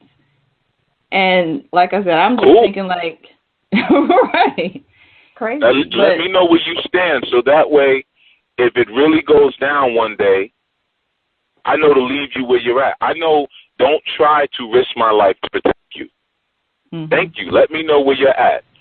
If we're ever in a situation and some neo-Nazis run down on us, we're at a festival or an event, I know, well, you said F me, so you don't need me, right? You don't need a man right now, so you got this. Yeah. There's nothing wrong with that. That's okay. People are drawing their lines in the sand in this day and time, and we need that. We need to know where people are. That's why Trump is not as bad as people think he is. You know where you stand with him. Yeah. So now what are you going to do? So a woman who says something, or a female who says something like that, no problem. No problem at all. And even in regards to some of these very weak males who make similar statements, because, again, there's a lot of pandering that goes on in the conscious community and beyond. Mm-hmm. These are the ones that when it really comes down and it really gets serious, which it will, we saw that in Katrina. What did that look like? Third world country, look like they got bombed. It looked post-apocalyptic. It can happen again. Yeah. So it lets men know what to gear up and what they need to do. And for you women who do have sense, it lets you know, okay, well, these are the women I need to get away with. I can't entertain this stuff as cute anymore. Or my friend who I grew up with and went to high school with, who has zero morals, who thinks it's cute just to play games and be a slut just because it's cute. I got to get away from her. Because if men wake up and have a collective code and say, you know what, we're not going to deal with any women who's had sex with more than 4 or 5 guys before a certain age, or who have 4 or 5 children by, I don't care if it's by one man. Let's be honest. Let's take some real, these things that men are afraid to say a lot of times.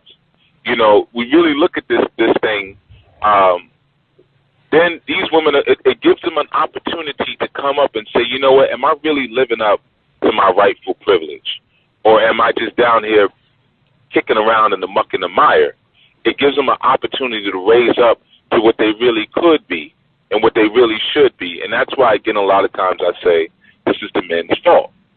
Because as long as you sit here on the outskirts afraid to say what needs to be said, afraid to take the actions that need to be taken, she's not going to change, because women only make changes when they're uncomfortable. That's the only time they make changes, is when they are uncomfortable. If they're Very happy, true. then if you're happy, there's no reason to change. For what? I'm happy. You know, I can get with this guy, have a quick baby, put him on the system, have some more babies, put that one on the system. We're good. And I'm not thinking long term. I'm not thinking about what my grandchildren are going to look like or how they're going to look at me. Because I'm a woman, I think holistically in a cyclical fashion. I don't think linear. I don't think 20 years into the future. I'm just thinking about right now. I'm sick and tired of going to work. I don't want to have a job. Is there a way I can get out of this? Yeah. You Just know, like this woman that did leave the comments, she did have sons. I think she had a few children, and is married to a black man. And I just thought to myself, so we know no one. There's no man there. There's no woman there. Yeah. There's no man. There's no woman. A woman wouldn't say like that, anything like that, and a man wouldn't be married to somebody like that.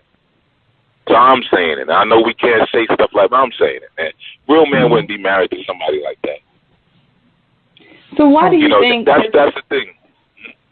As we're having this conversation, and just to let you all know, we have about 15 minutes left in the show. If you have a comment or you'd like to chime in with anything, just press the number 1 and I'll bring you in. Again, the number is 347-94680. Just like on Tuesday's show, we didn't have a lot of women to say anything. And today, we don't have very many men saying anything. I kind of want to ask, well, I do want to ask, what is the fear behind speaking out and saying something? Before you answer, I'm going to try to bring 754 back in. 754. Greetings, everyone. Greetings. Hi, Steve. I've been listening to Blog Talk for a couple weeks now. I mean, you guys are so awesome. I mean, I've been flabbergasted. I'm calling in because I've taken the free Anu course online. I'm just taking it slow. It's a lot of information, but I'm really, really enjoying what I'm learning. I have 2 sons. I was married, and I have a 16-year-old and a 10-year-old. And my question is, well, maybe guidance. Their father does not really take part in their life. I haven't said anything to them about, any negative thing about their father. Never. As a matter of fact, I encourage them, call your dad. Have you spoken to your dad? But he's just very, not doing what he's supposed to do as a father. And so the other day I went to my 16-year-old's Facebook page, and he posted something that said, the only reason why you can't be a father is because you're still a boy. And I said to myself, oh my gosh. But he's my 16-year-old son, I have no issues with this boy. A1A student in school, which I'm learning as I'm listening to Blog Talk, and I'm, listening to previous shows from years, past years. I'm learning that I'm trying to get my kids out of the school system, especially the young boys, out of the school system to homeschool him.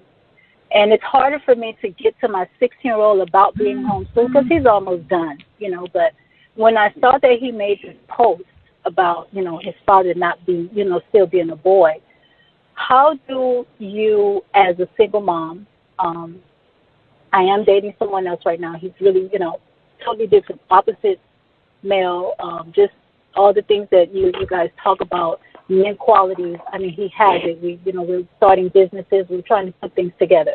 But how do you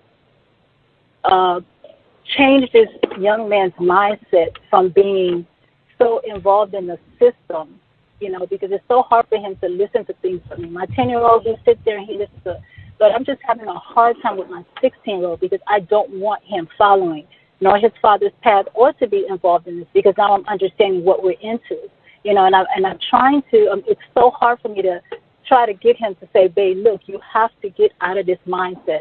And then he has so much tendencies, the laziness that his father had. Okay, sister, hold on a second. Sister. Okay.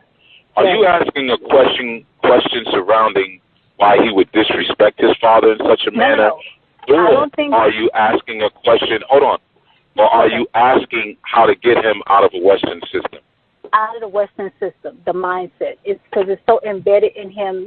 That's what he was raised with. Okay, why did you mention what he said about his father then? Because I haven't said anything to him because I really don't know what to say to him because he's angry because his dad is not in his life.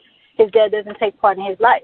And it's not like his dad lives in another in another state or something. He's like 5, 10, 15 minutes away, but he does not see his dad. These kids, I take them to play basketball. I'm very athletic, so I go play basketball with them and whatever. But his dad just, and I'm sensing more and more that all of him being shut down and not wanting to do things is because he's angry. Okay, but see, you're not. This is not a clear question. It sounds like what you're doing is kicking in your ex-husband's back. That's what it sounds like you're doing. You're kicking his back in, but you're deflecting to another question about Western society. That's two different questions.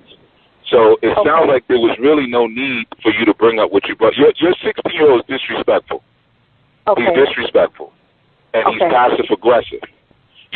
Why doesn't he go, if his father is so close by, go tell your father that to his face. And I said that Why to would him. you put it on a Facebook? No. We're not going to hear, hold on. You're going to tell me what you say to him and everything you say right, but you're not going to say anything that you're doing wrong. You're not going to tell me why the father is really alienated from his children and if it might have something to do with you. Right. I know you're not going to say that. Honestly, I would tell you because if I tell you... No, you wouldn't tell me because just in the language that you've already used in your question, I already see you playing the game. So you wouldn't honestly tell me. And you may not honestly know. You may not have honestly listened to what the man said to you already. When your 16-year-old son put that on his father's or his Facebook wall, why didn't you put him in the car and drive him over to his father and say it to his face so he can knock you upside your head for disrespecting him like that? I honestly, Chief, I really did not think of that. Like I said, I know. Because you didn't really see it as being as disrespectful as what it is. So we already know that a portion of this problem is you. That's number one. Okay. Number two, now you got a boyfriend. Okay? Why hasn't your boyfriend given you the solution to these problems? He does tell me that Javen needs to, my son needs to talk to his father more. And like I said, I do encourage my son. Okay, let's try this. Try this. No. Let's try this. Has your boyfriend giving you the solution to the problem? It's yes or no? No. Why not? I cannot answer that question. Did you ask him for the solution? I asked him for a solution, and did he offer one to you? He offered, let me tell you what he offered. He offered... No. Did, when I asked did requires a yes or no response. Yes, he did. Did he offer one? Yes. Did you apply that solution that he offered to you? Yes, I have. Okay, and has that solution worked? No, it has not. Now, did you then go back to your boyfriend and say, that didn't work, do you have something else? I have not done that. Why not? Okay, I'm going to tell you because right now he's been away for a year. He's working out of the country right now, and so he doesn't have Skype or a phone. He can't get in touch with him. No. That's not what I'm saying, Chief. That's not what I'm saying. It's just that, like I said, there's so many things we're putting together. I kind of put it on the back burner, and I'm just being honest. I put it on the back burner about getting him involved with, what's going on over here. Okay, so he's your boyfriend, but he's not helping you around the house is what you're saying. No, he does help around the house, but he helps around, he calls the kids. He's not helping you to raise another man's child, is what you're saying. Well, he does, because I can't say I would be selfish if I would say that. I mean, he has more conversation, and let me tell you this. He has more conversation. Sis, this isn't making sense. But let me tell you, not making sense. I heard you, and I already know what you're getting ready to say. He has more conversations with your son than their own father does. He's been more involved in your son's life than their own father. I know what you're getting ready to say. You're getting ready to kick the man's back in again. And I'm not trying to bash. Honestly, Chief, I am not trying to bash my ex-husband, because he's not. You are bashing him. How am I bashing him? Listen. Mm-hmm. Look at all of the things that you just told us about him. We don't know anything about you. Well, I mean, I was the question. We know that he lives close to you, and we know that he doesn't spend any time with his sons. We know that he doesn't do what a father is supposed to do, and we know that the 16-year-old is so upset about it to the point that he called him a boy in public on social media. We know those 4 things. Okay, are you listening? Let me tell you. Yes. Are you listening? Yes, it doesn't sound like it, because every time I talk, I keep hearing your voice in my ear while I'm talking. I apologize. Okay. So we know those 4 things about your ex-husband, but we don't know anything that you did that was screwed up. Somehow, this beautiful woman ended up with this rotten guy. And, of course, I know what you're going to say next. He wasn't always like that. And you never expected him to do something like this. We know where it's going. What I'm saying is that you ain't going to say it now because I beat you to it. You're going to say something else. So what I'm saying is that you have to take more responsibility.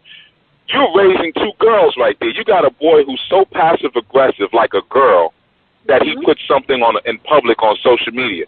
Why would he put it in public on social media about his father? Because he's not afraid about his father coming. Are you listening, or are you still talking? I was just saying I agree.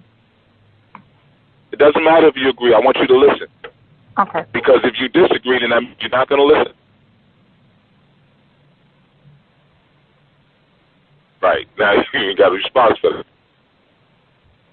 Your son did some really passive-aggressive things to his father on social media, like a girl would. So, whereas you thinking that you have this son that's maturing in a way that's formed, he's maturing malformed. And the 10-year-old will probably be even worse. And I can guarantee you, just from listening to you, I know that, and I'm not saying that his father is blameless. I'm not saying that. But I can tell already that you play a role in this. Now you have this boyfriend who probably gave you some advice that you really didn't apply, even though you're saying you applied it, but you probably halfway applied it. And you want to get some guidance from outside of his sphere of dominion. All of this is backwards and crooked. And then some of the part of your questions that you're asking, you're contradicting yourself. You're saying one thing, say, well, no, I want to ask about how to get him out this system. Well, stop making him a statistic. Start there. Okay. That's the first way to get him out of this system. Stop making him a statistic. He's 16 years old. He's old enough to take on manhood responsibilities now. Tell him what he did was wrong. If my son did something like that, man, I'd knock his head off his shoulders. I don't care what problem you have. You're not going to disrespect me like that. Now, that thought may be foreign to you.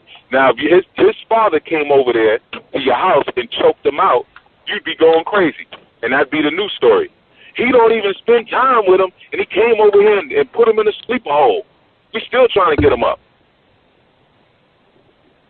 But he asked for that. Now, he may not know that he asked for that because he's not getting proper manhood training. And I'm not saying that your new boyfriend needs to be a part of that training. But what I'm saying is that if you're going to present a question like this, really let us know why the father is not in his children's lives. Yeah. Let us know what part you play in it. Don't give us this halfway story, so we'll give you advice with the premise that their father is no good. Because for all we know, you might have a restraining order against him, and you're not telling us about that. I would never do. Yeah, but we don't know because you're presenting you're presenting a story in a way that is dishonorable. Okay, and I apologize. You're not going to be able to fix To who? Me or your sons or your ex-husband? Chief, honestly, I'm just trying to get understanding. Like I said, I've been listening to this, and maybe I phrased things the wrong way. Did I just give you understanding? Yes, No, don't tell me. Listen, see, this is the problem. No, you didn't just give me understanding. This is what we were talking about earlier when I said in the show that a lot of women don't want to fix the problem.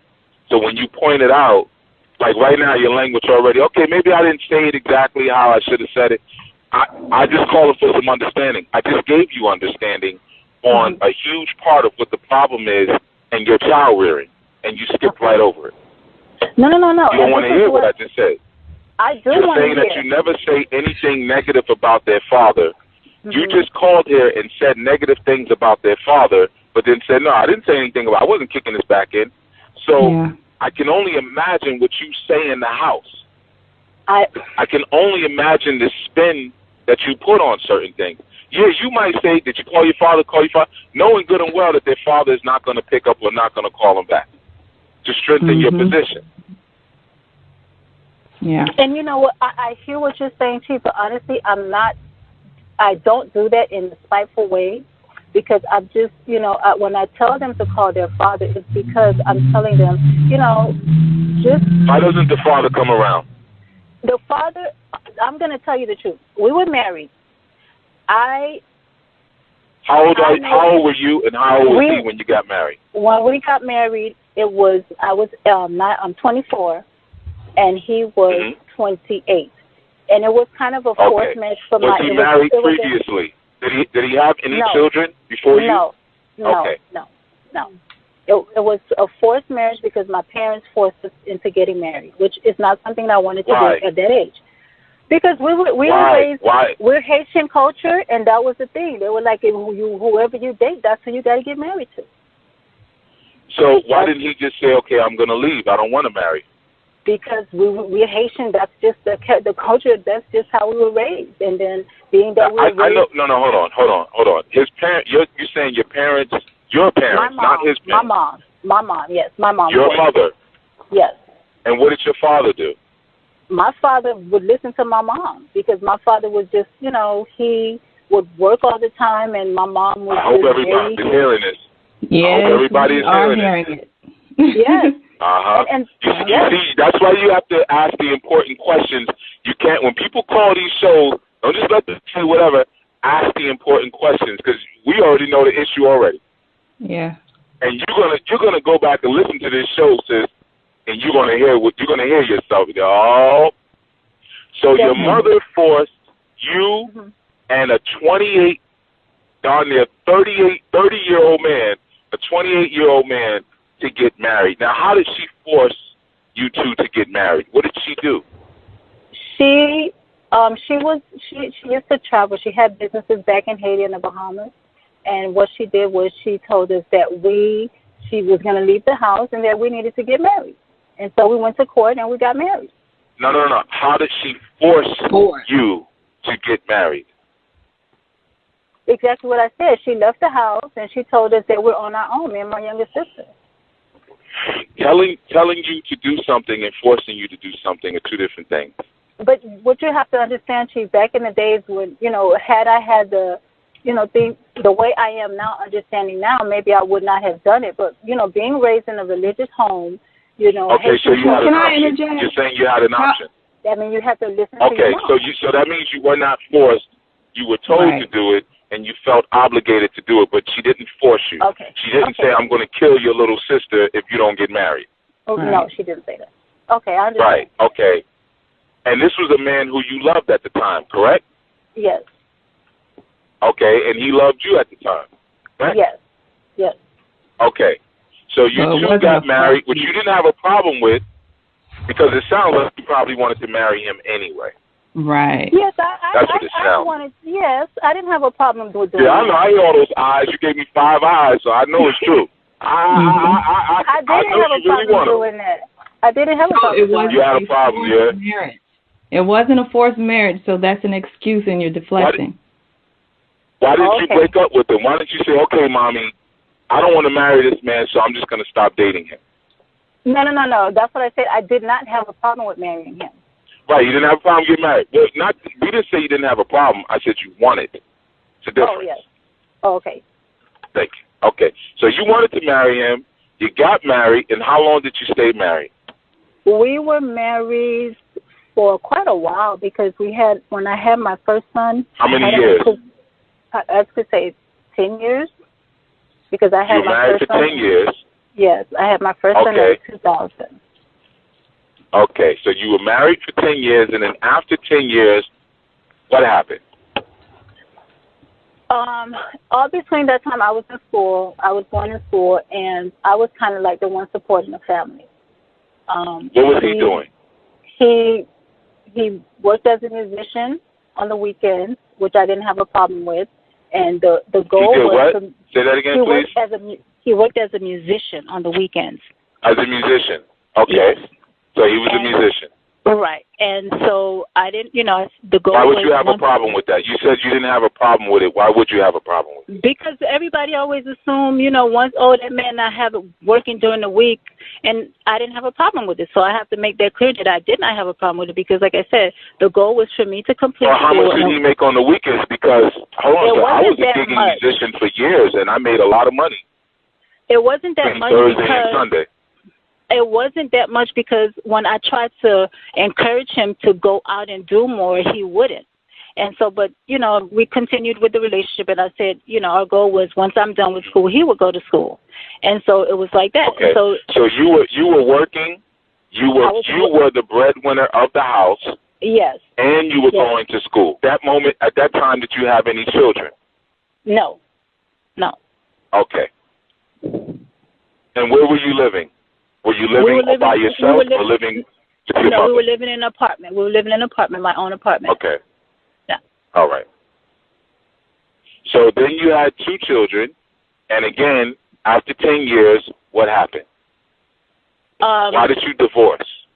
We divorced because he was cheating on me. Okay.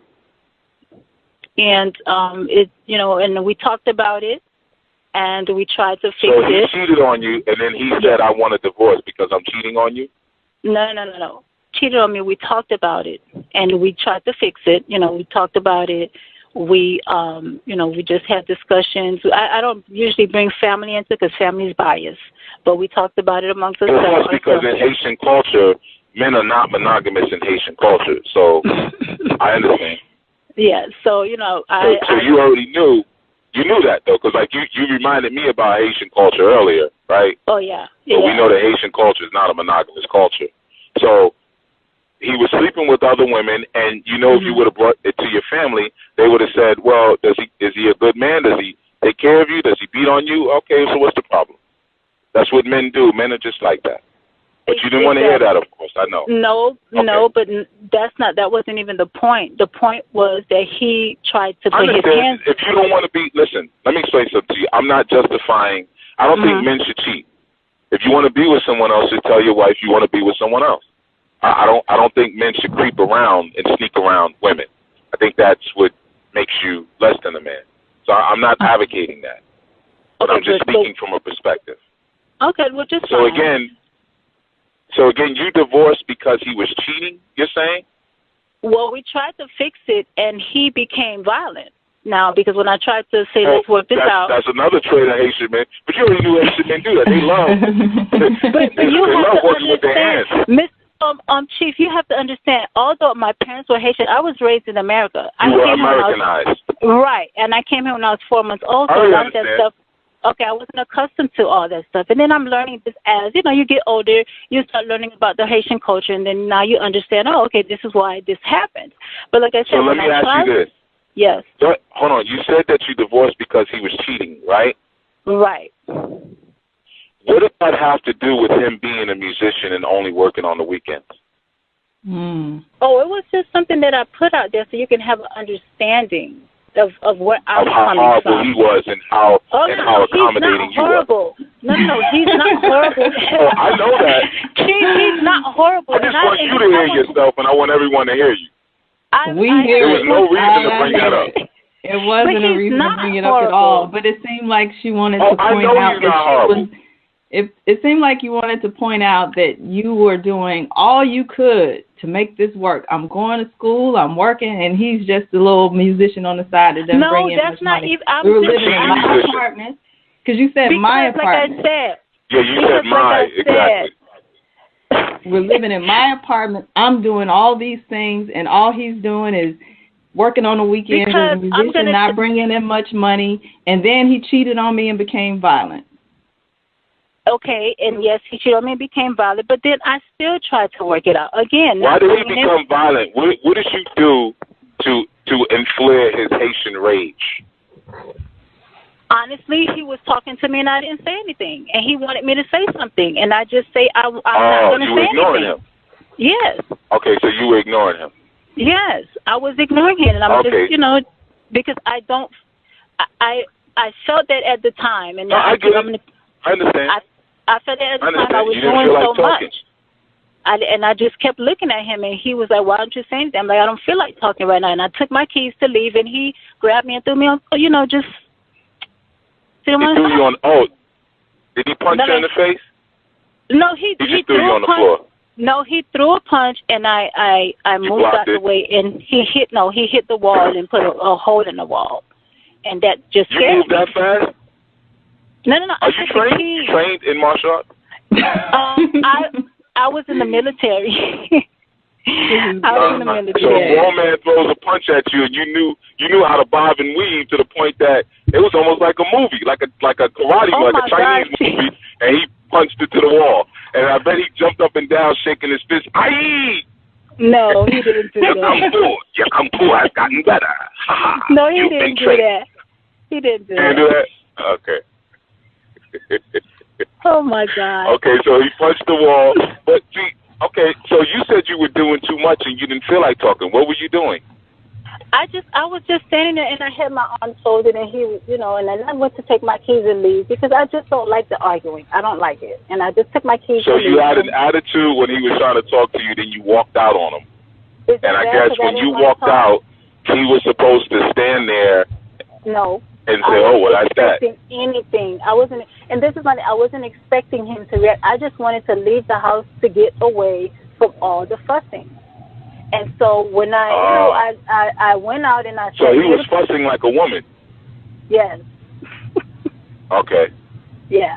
And calling me names. Fuss, and they used that word for a reason. You didn't say arguing.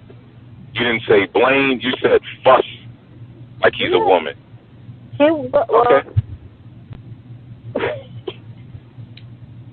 You just gotta ask the right questions. That's all. Thank you so much. And like I said, I went and I just went and sat. There was a park nearby, and I just sat at the park and just took my little journal, just writing down my thoughts, and then. You were just so calm after all of this. Because I'm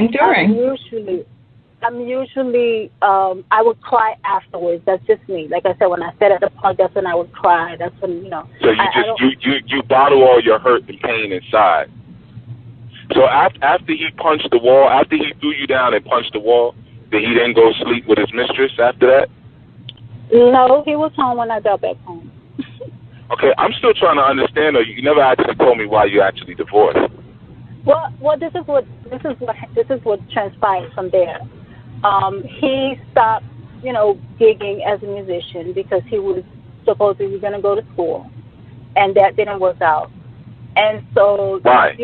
Why didn't it work out? He just didn't want to. I went with him to register for school, and he just decided not to go. I would go to, like I said, I would get up and go. I would be leaving the house at 6 a.m. in the morning, doing my thing. Why'd you leave your house so early in the morning at 6 a.m.? Because. Do you see what you're doing, sister? It's like every time you keep going back to making it, to putting yourself in a light, and he's just such a horrible, lazy, non-gigging musician. And then whenever it's brought to your attention, and then whenever it's brought to your attention, you say, no, that's not what I'm saying. You keep doing the same thing, which that is what you're saying, and you're saying you didn't call here for understanding, you called here for sympathy. No, I don't want sympathy. Not at all. I know. Anything I say, you're going to say the opposite of. No, I already figured that one out. I don't want sympathy. honesty. Really, I need you to, I need y'all to tell me the truth. I want honesty. You're kicking your husband's back in, and I can tell that you were a spoiled Haitian princess, and you probably trapped him into marriage. You utilizing your mother.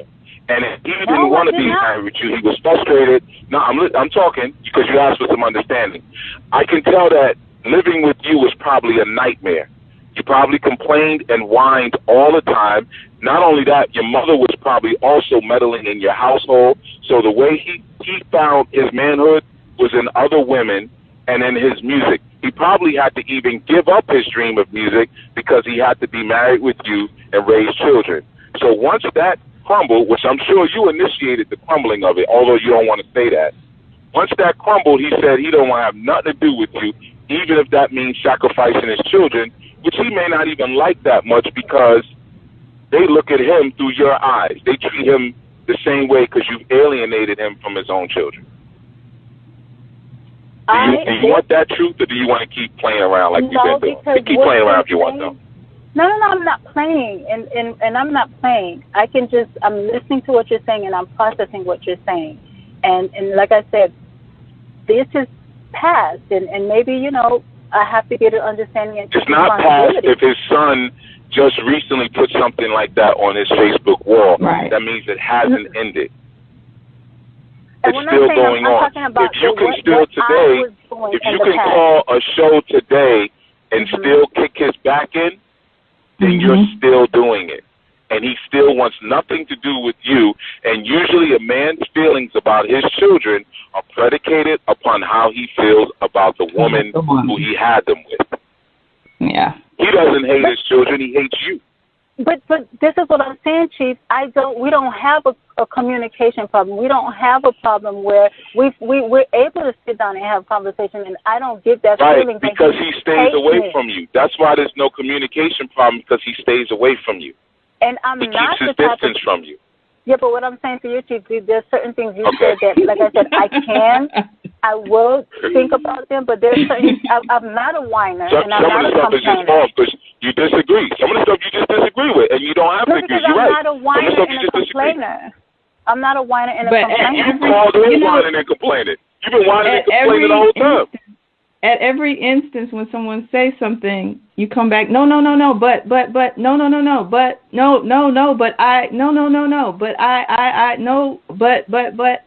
it's not sinking in, and you're not listening. It's okay. Remember what I said earlier. Some don't want to change. They like it the way it is. And when you have a society of simpish, weak men, males, who will listen to stories like this and say, oh, sister, that's a shame. And look at this. A beautiful, articulated, educated sister who's raised two young kids. Hello? Uh-oh. Chief, you got cut off. Hello? Okay, his call dropped. But he'll probably call back in. But I just wanted to point out that, you're not realizing or not hearing yourself, because at every instant you're disagreeing and you're cutting him off, you're butting in. It's not sinking in. You're not listening because you're talking at the same time and trying to defend yourself. Everything that we've heard about this man has been negative, and everything that we've heard about you has been so sweet and innocent, and you're so hardworking, and you tried to work with this man, but he goes around, he cheats. We keep hearing you keep coming back with another excuse, and you're not looking at it from this man's perspective. And a man is telling you what the problem was, but you're still not hearing him. You're still trying to protect and defend yourself. So if you really want to understand what's going on, you have to listen to another man tell you what the problem is.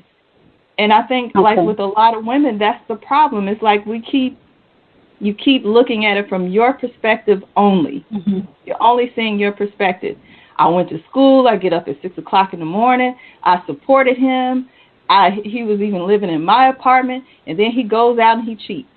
And one of the things that she said that was very important is that, and I have to say this because so many women use this as an excuse. they always say, like, the man, he just won't come around. He doesn't want anything to do with the kids. And Chief just said that one of the reasons, the main reason why that happens is because the man does not want to deal with you. Okay. Doesn't want to deal with you.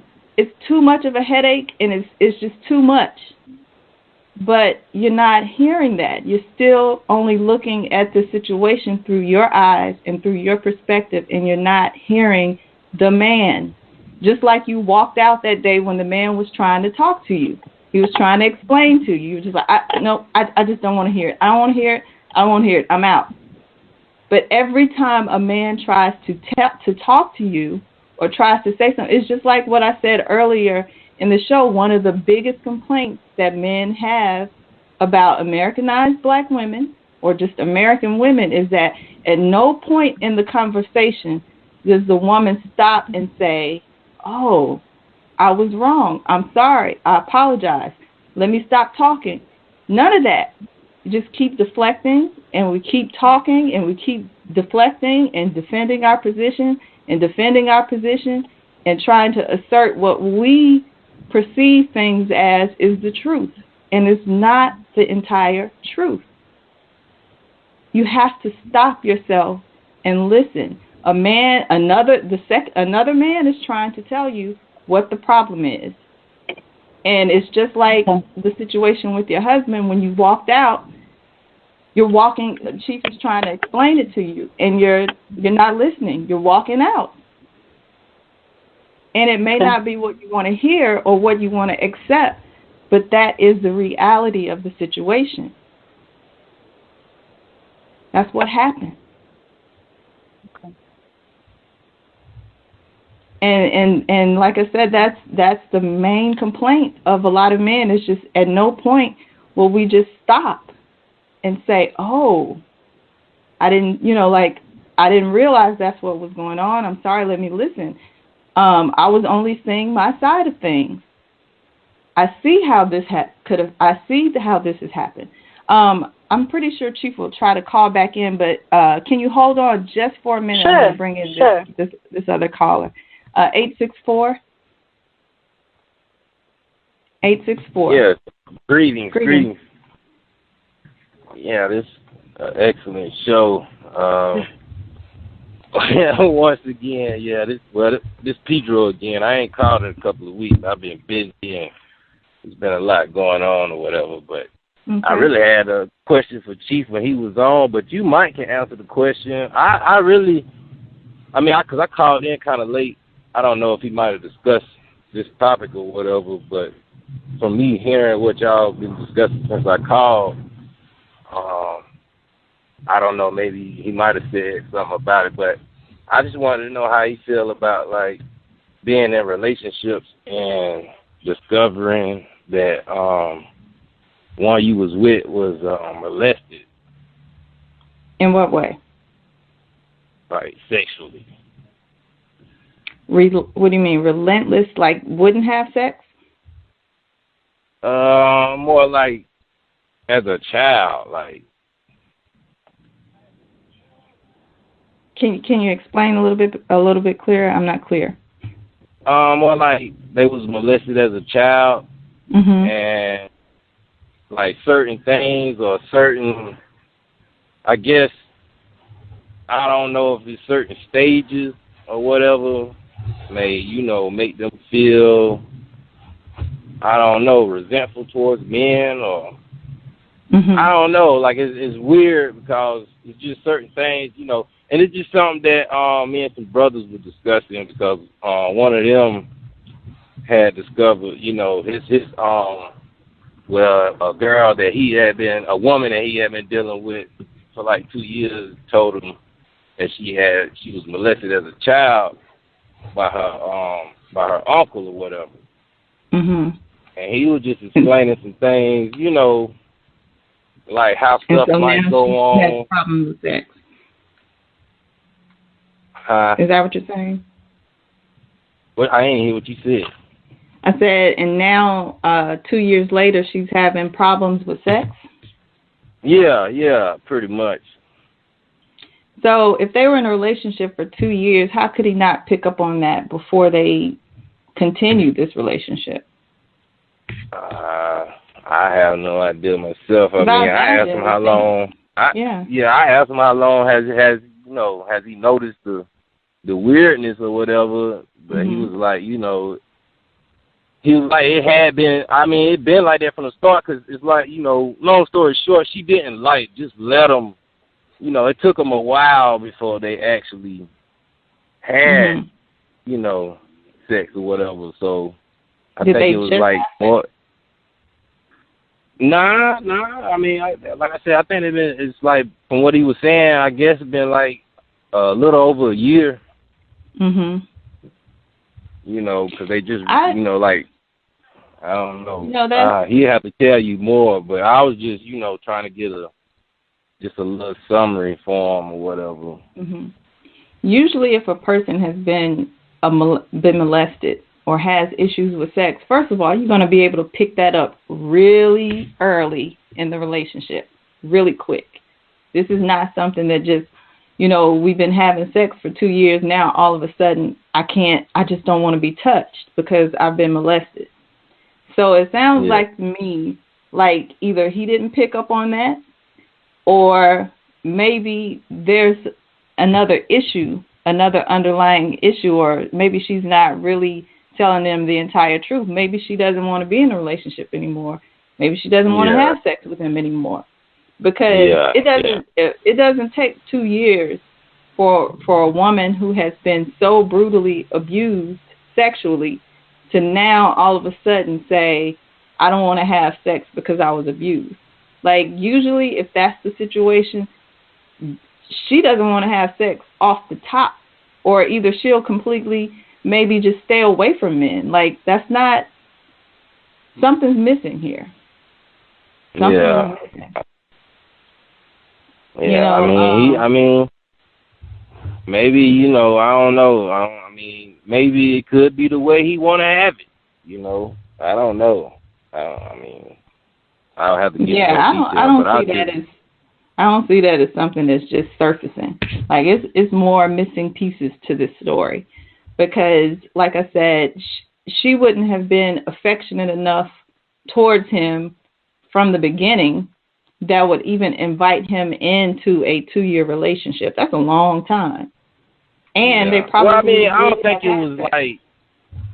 was like a solid 2 years. Like, they've been talking 2 years and all, but they officially been going together for like a year almost, something like that. Maybe a little over. Time. Yeah, that's what I say too. I mean, I don't know. I ain't want to say nothing wrong, I don't think they've been like dealing like that hardcore for the whole 2 years. I don't know. But just somebody, they both conscious or whatever, so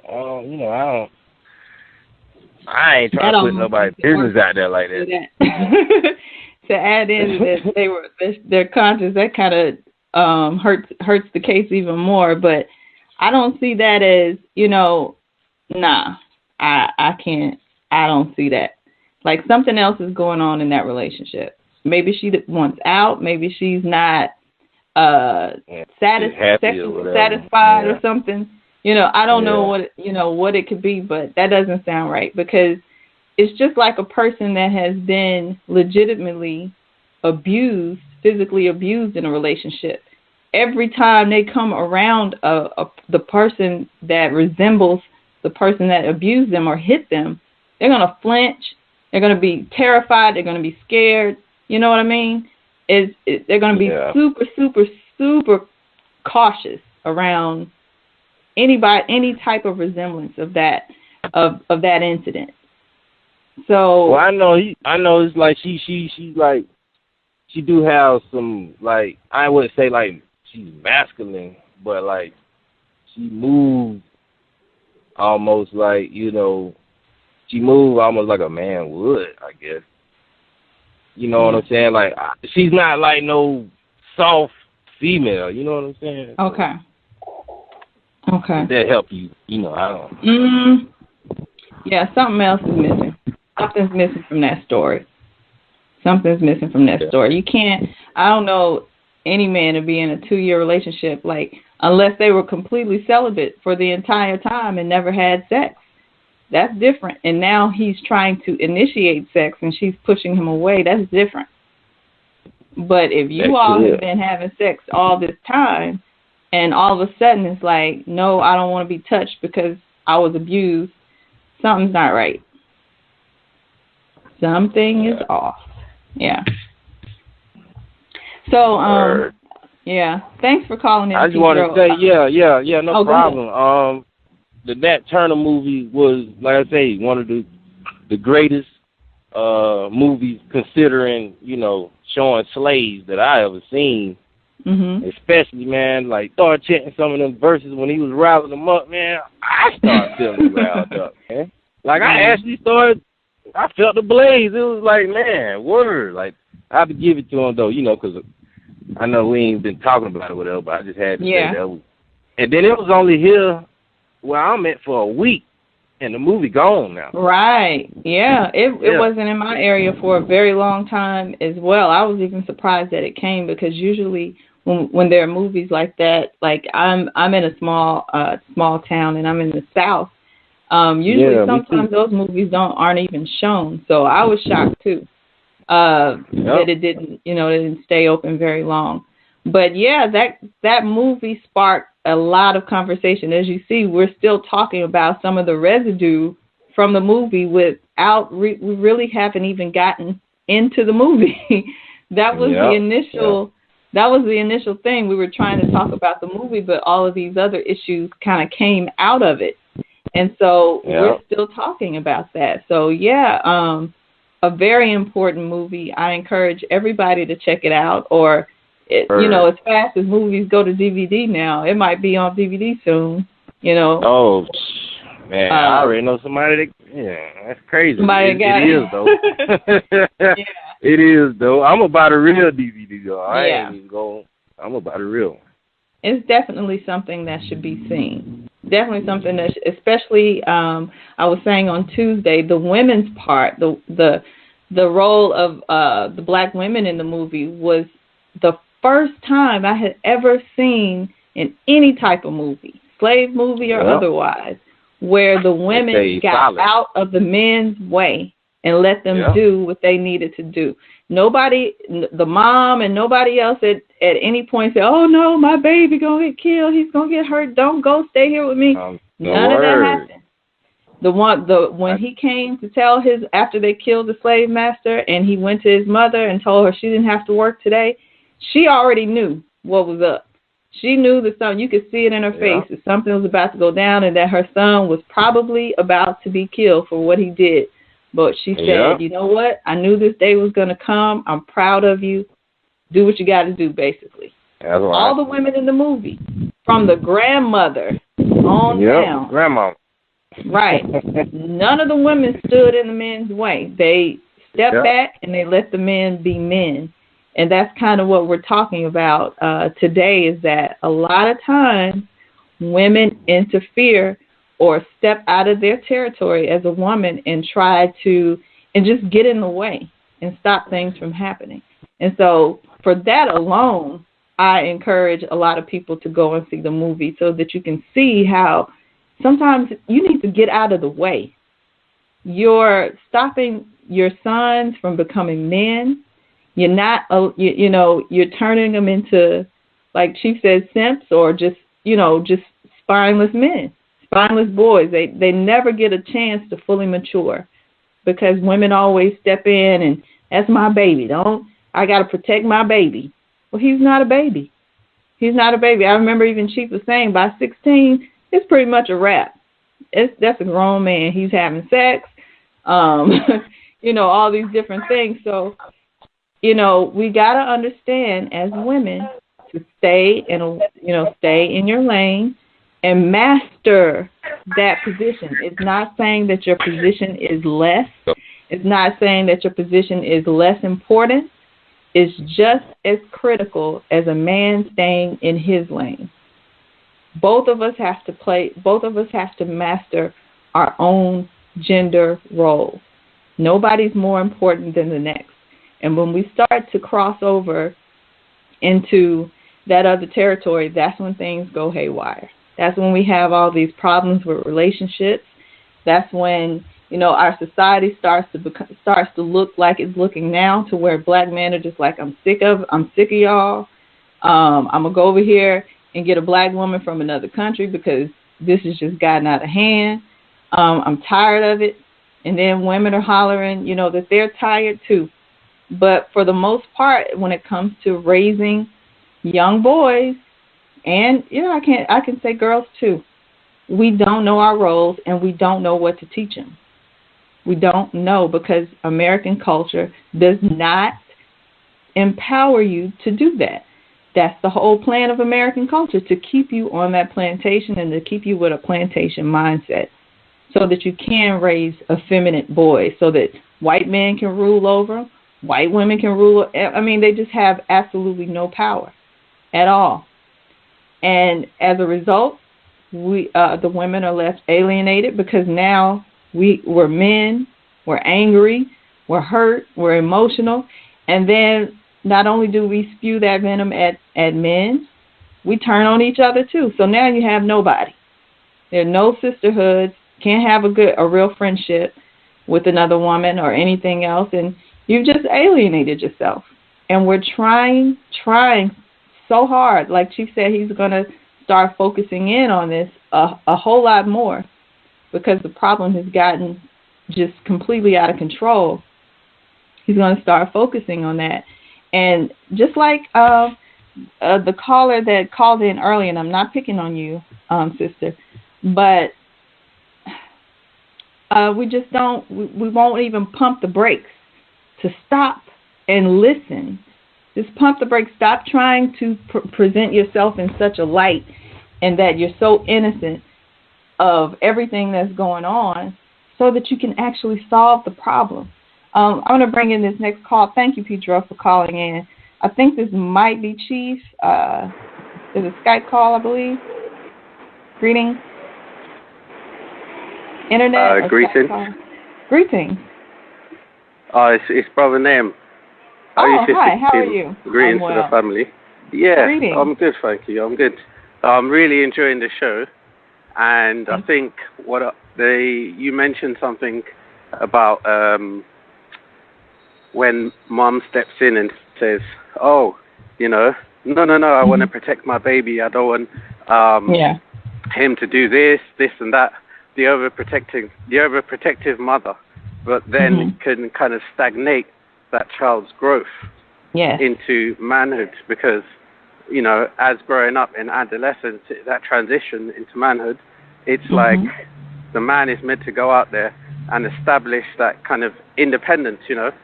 It's like a rites of passage, you know, and many of our indigenous cultures have that enframed. And I would, you know, I'm going to open up and say I was a product of that, like a single mom family, and raised in a family where it was predominantly like 4 women, and additional to that, a grandma. So it's like it's never too late, you know, to kind of rediscover that. But I will say a word of warning. I think what Chief said is you have to roll with the punches, man. It's a bit different, but you have to roll with the punches and stand on your own 2 feet. And even if it's lonely, it might be a lonely road.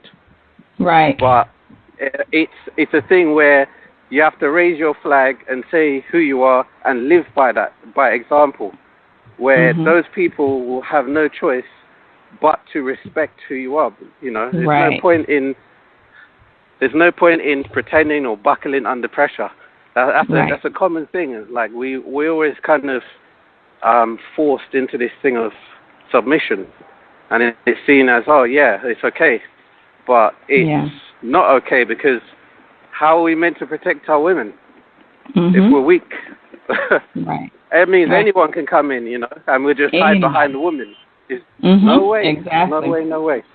So I've been a product of that, and you know, maybe I'll go into a few other things as like so many other shows will come up.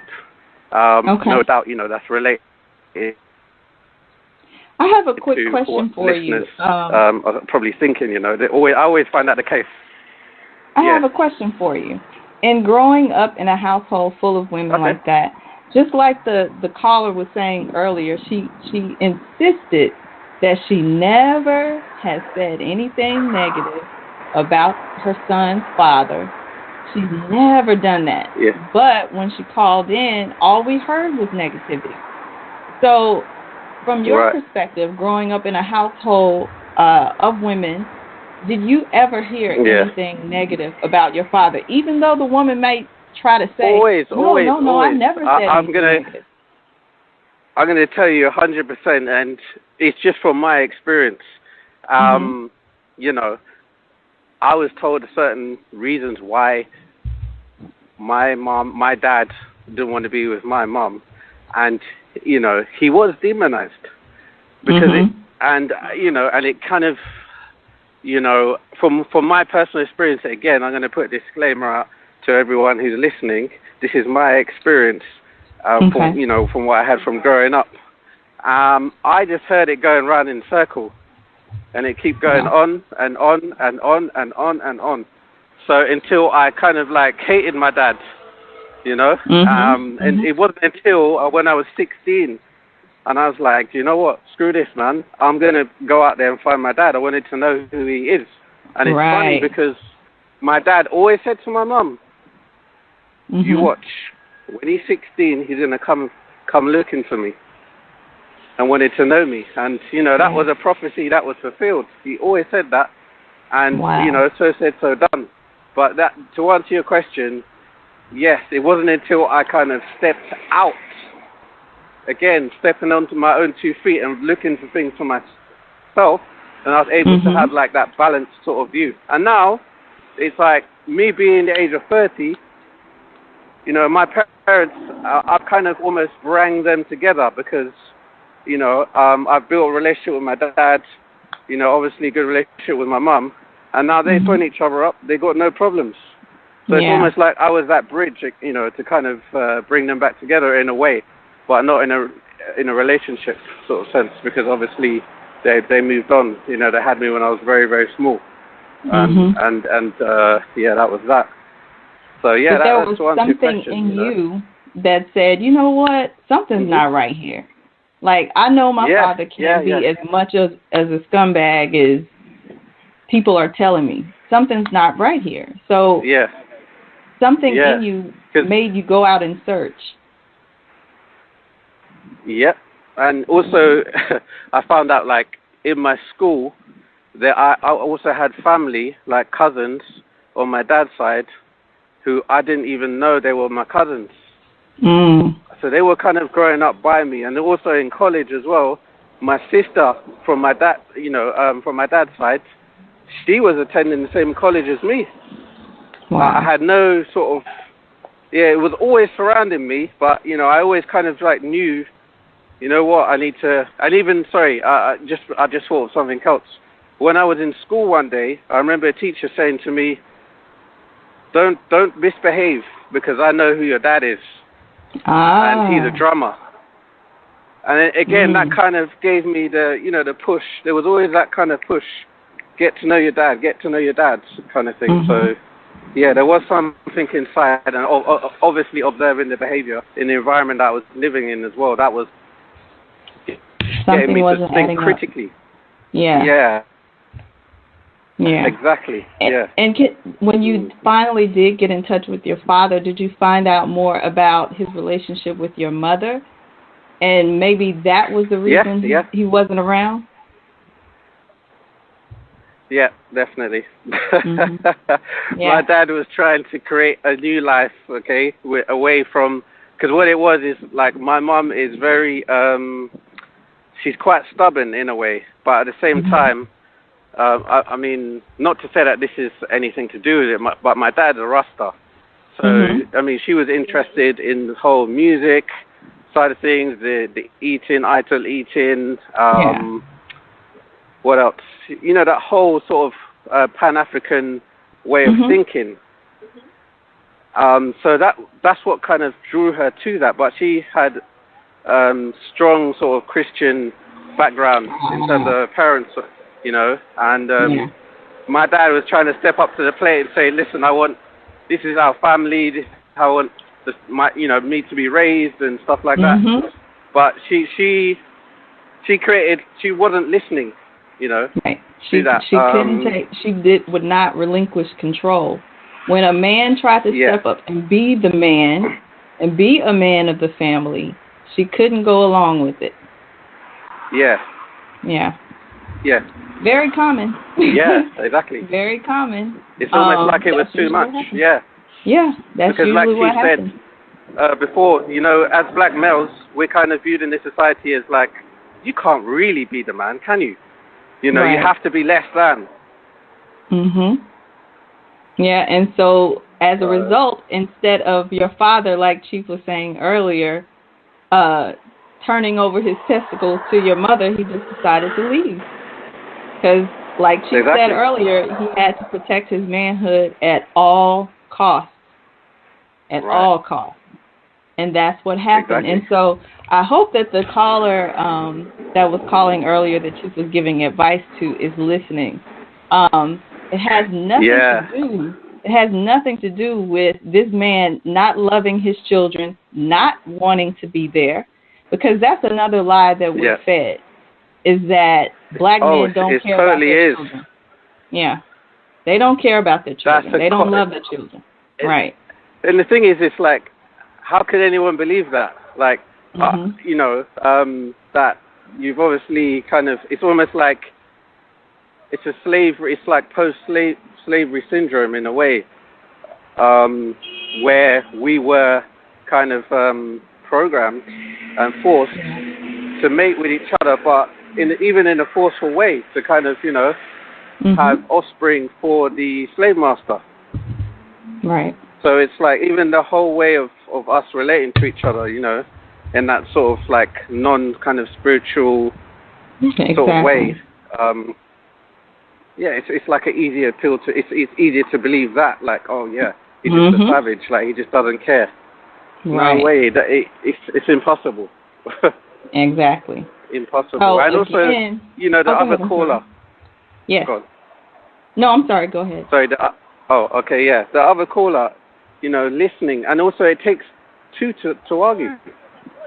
It's a basic formula. That's what, you know, Chief is trying to kind of allude to the caller earlier on. It can't just be, you know, this man, and my mother, and my family. Like, there's no accountability to say, okay, you know what, I done this. But we're just hearing one side, a biased side, you know. So if people around you, it's quite obvious that person's seeking sympathy. Yeah.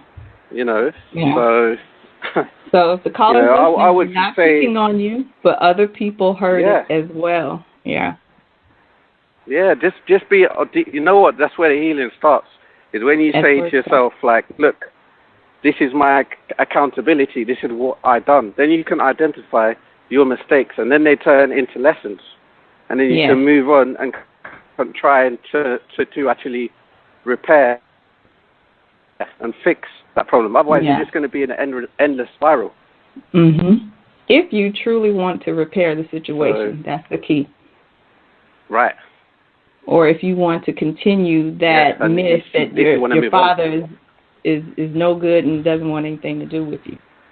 And I'm trying to get him to do something. I'm trying, but he's just not listening. You know, we got to give that up. Give it up. That's not the truth. It's not the truth. Yeah. Well, thank you so much for calling in. Did you have another something else you wanted to say? I'm sorry for cutting you off. No. I'm just enjoying the show, just listening in, you know. So I give other people a chance as well. Lastly, I did have one. I'm glad you reminded me that. Brother Byron, a message for you, please.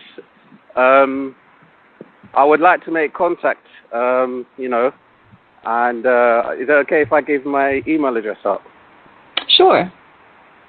Yes, it's nahumuk@gmail.com. That's NAHUMUK@gmail.com. Okay. I know he was on the call we're both earlier. from the UK, you know? Yeah, he was on the call earlier. I think he had some other obligations to tend to. But you are in the class, aren't you? I think I remember seeing your name quite a few times. Yeah, are you in the training? I'm unfortunately one of those students that's kind of pressed the pause button a bit, but I am in the class, yeah. Yeah, I do. So I'm going to resume. Yeah. There is a forum when you log in that where you can chat with other students, and I know Byron is in there as well, and he's on Facebook too. So yeah, you can reach out to him, but perhaps he'll go back and listen to the show again, and he'll find your contact information. He'll hear your contact information. Okay, cool. Okay, thank you. Enjoy your evening. You're welcome. Yeah, you too. Thank you. Okay, so we have we've come to the end of the show. Actually, we've gone quite over the time, but I just wanted to say thank you for everyone that called in. We're not trying to pick on you, but we women have to start taking some accountability for our part in some of the situations that we're in, and some of the bad choices that we made and some of the things that we did, and we can't always deflect to someone else or somebody else's fault. It's my mom's fault, it's my dad's fault, it's their fault. You can't keep doing that. If you truly want to heal your situation, that's what you have to ask yourself if you're really trying to get over this. So, and I think sometimes the fear is that, just like in the caller situation and in a lot of women's situations, once they get to that point where they realize they were at fault, you'll find out that the man really wasn't so bad. And possibly, maybe there's still some feelings there that you still have, because apparently, just from the testimony, there is. And so you kind of regret the mistakes that you made deep down. And maybe you want to repair the relationship with this man, and maybe things have been so bad that he's just like, nah, I just don't want to deal with you anymore. And so we kind of hold on to this position where, and we say things like, oh, he's just not a good father, or he doesn't want to come around, and I've been trying. It's easier to hold that position than to say, I screwed up, I messed the relationship up, it's my fault, and I wish I hadn't done that, and to then make amends, knowing that maybe the relationship is beyond repair and you can't go back. So I think that has a lot to do with it as well. But we're going to continue this conversation on Tuesday. We're going to probably come from a different position. But thank you all, especially the men, for calling in and giving us some feedback. Thank you, Chief. And we'll be back on Tuesday. Everyone, enjoy your day, enjoy your evening, depending on where you are, and thank you for calling in.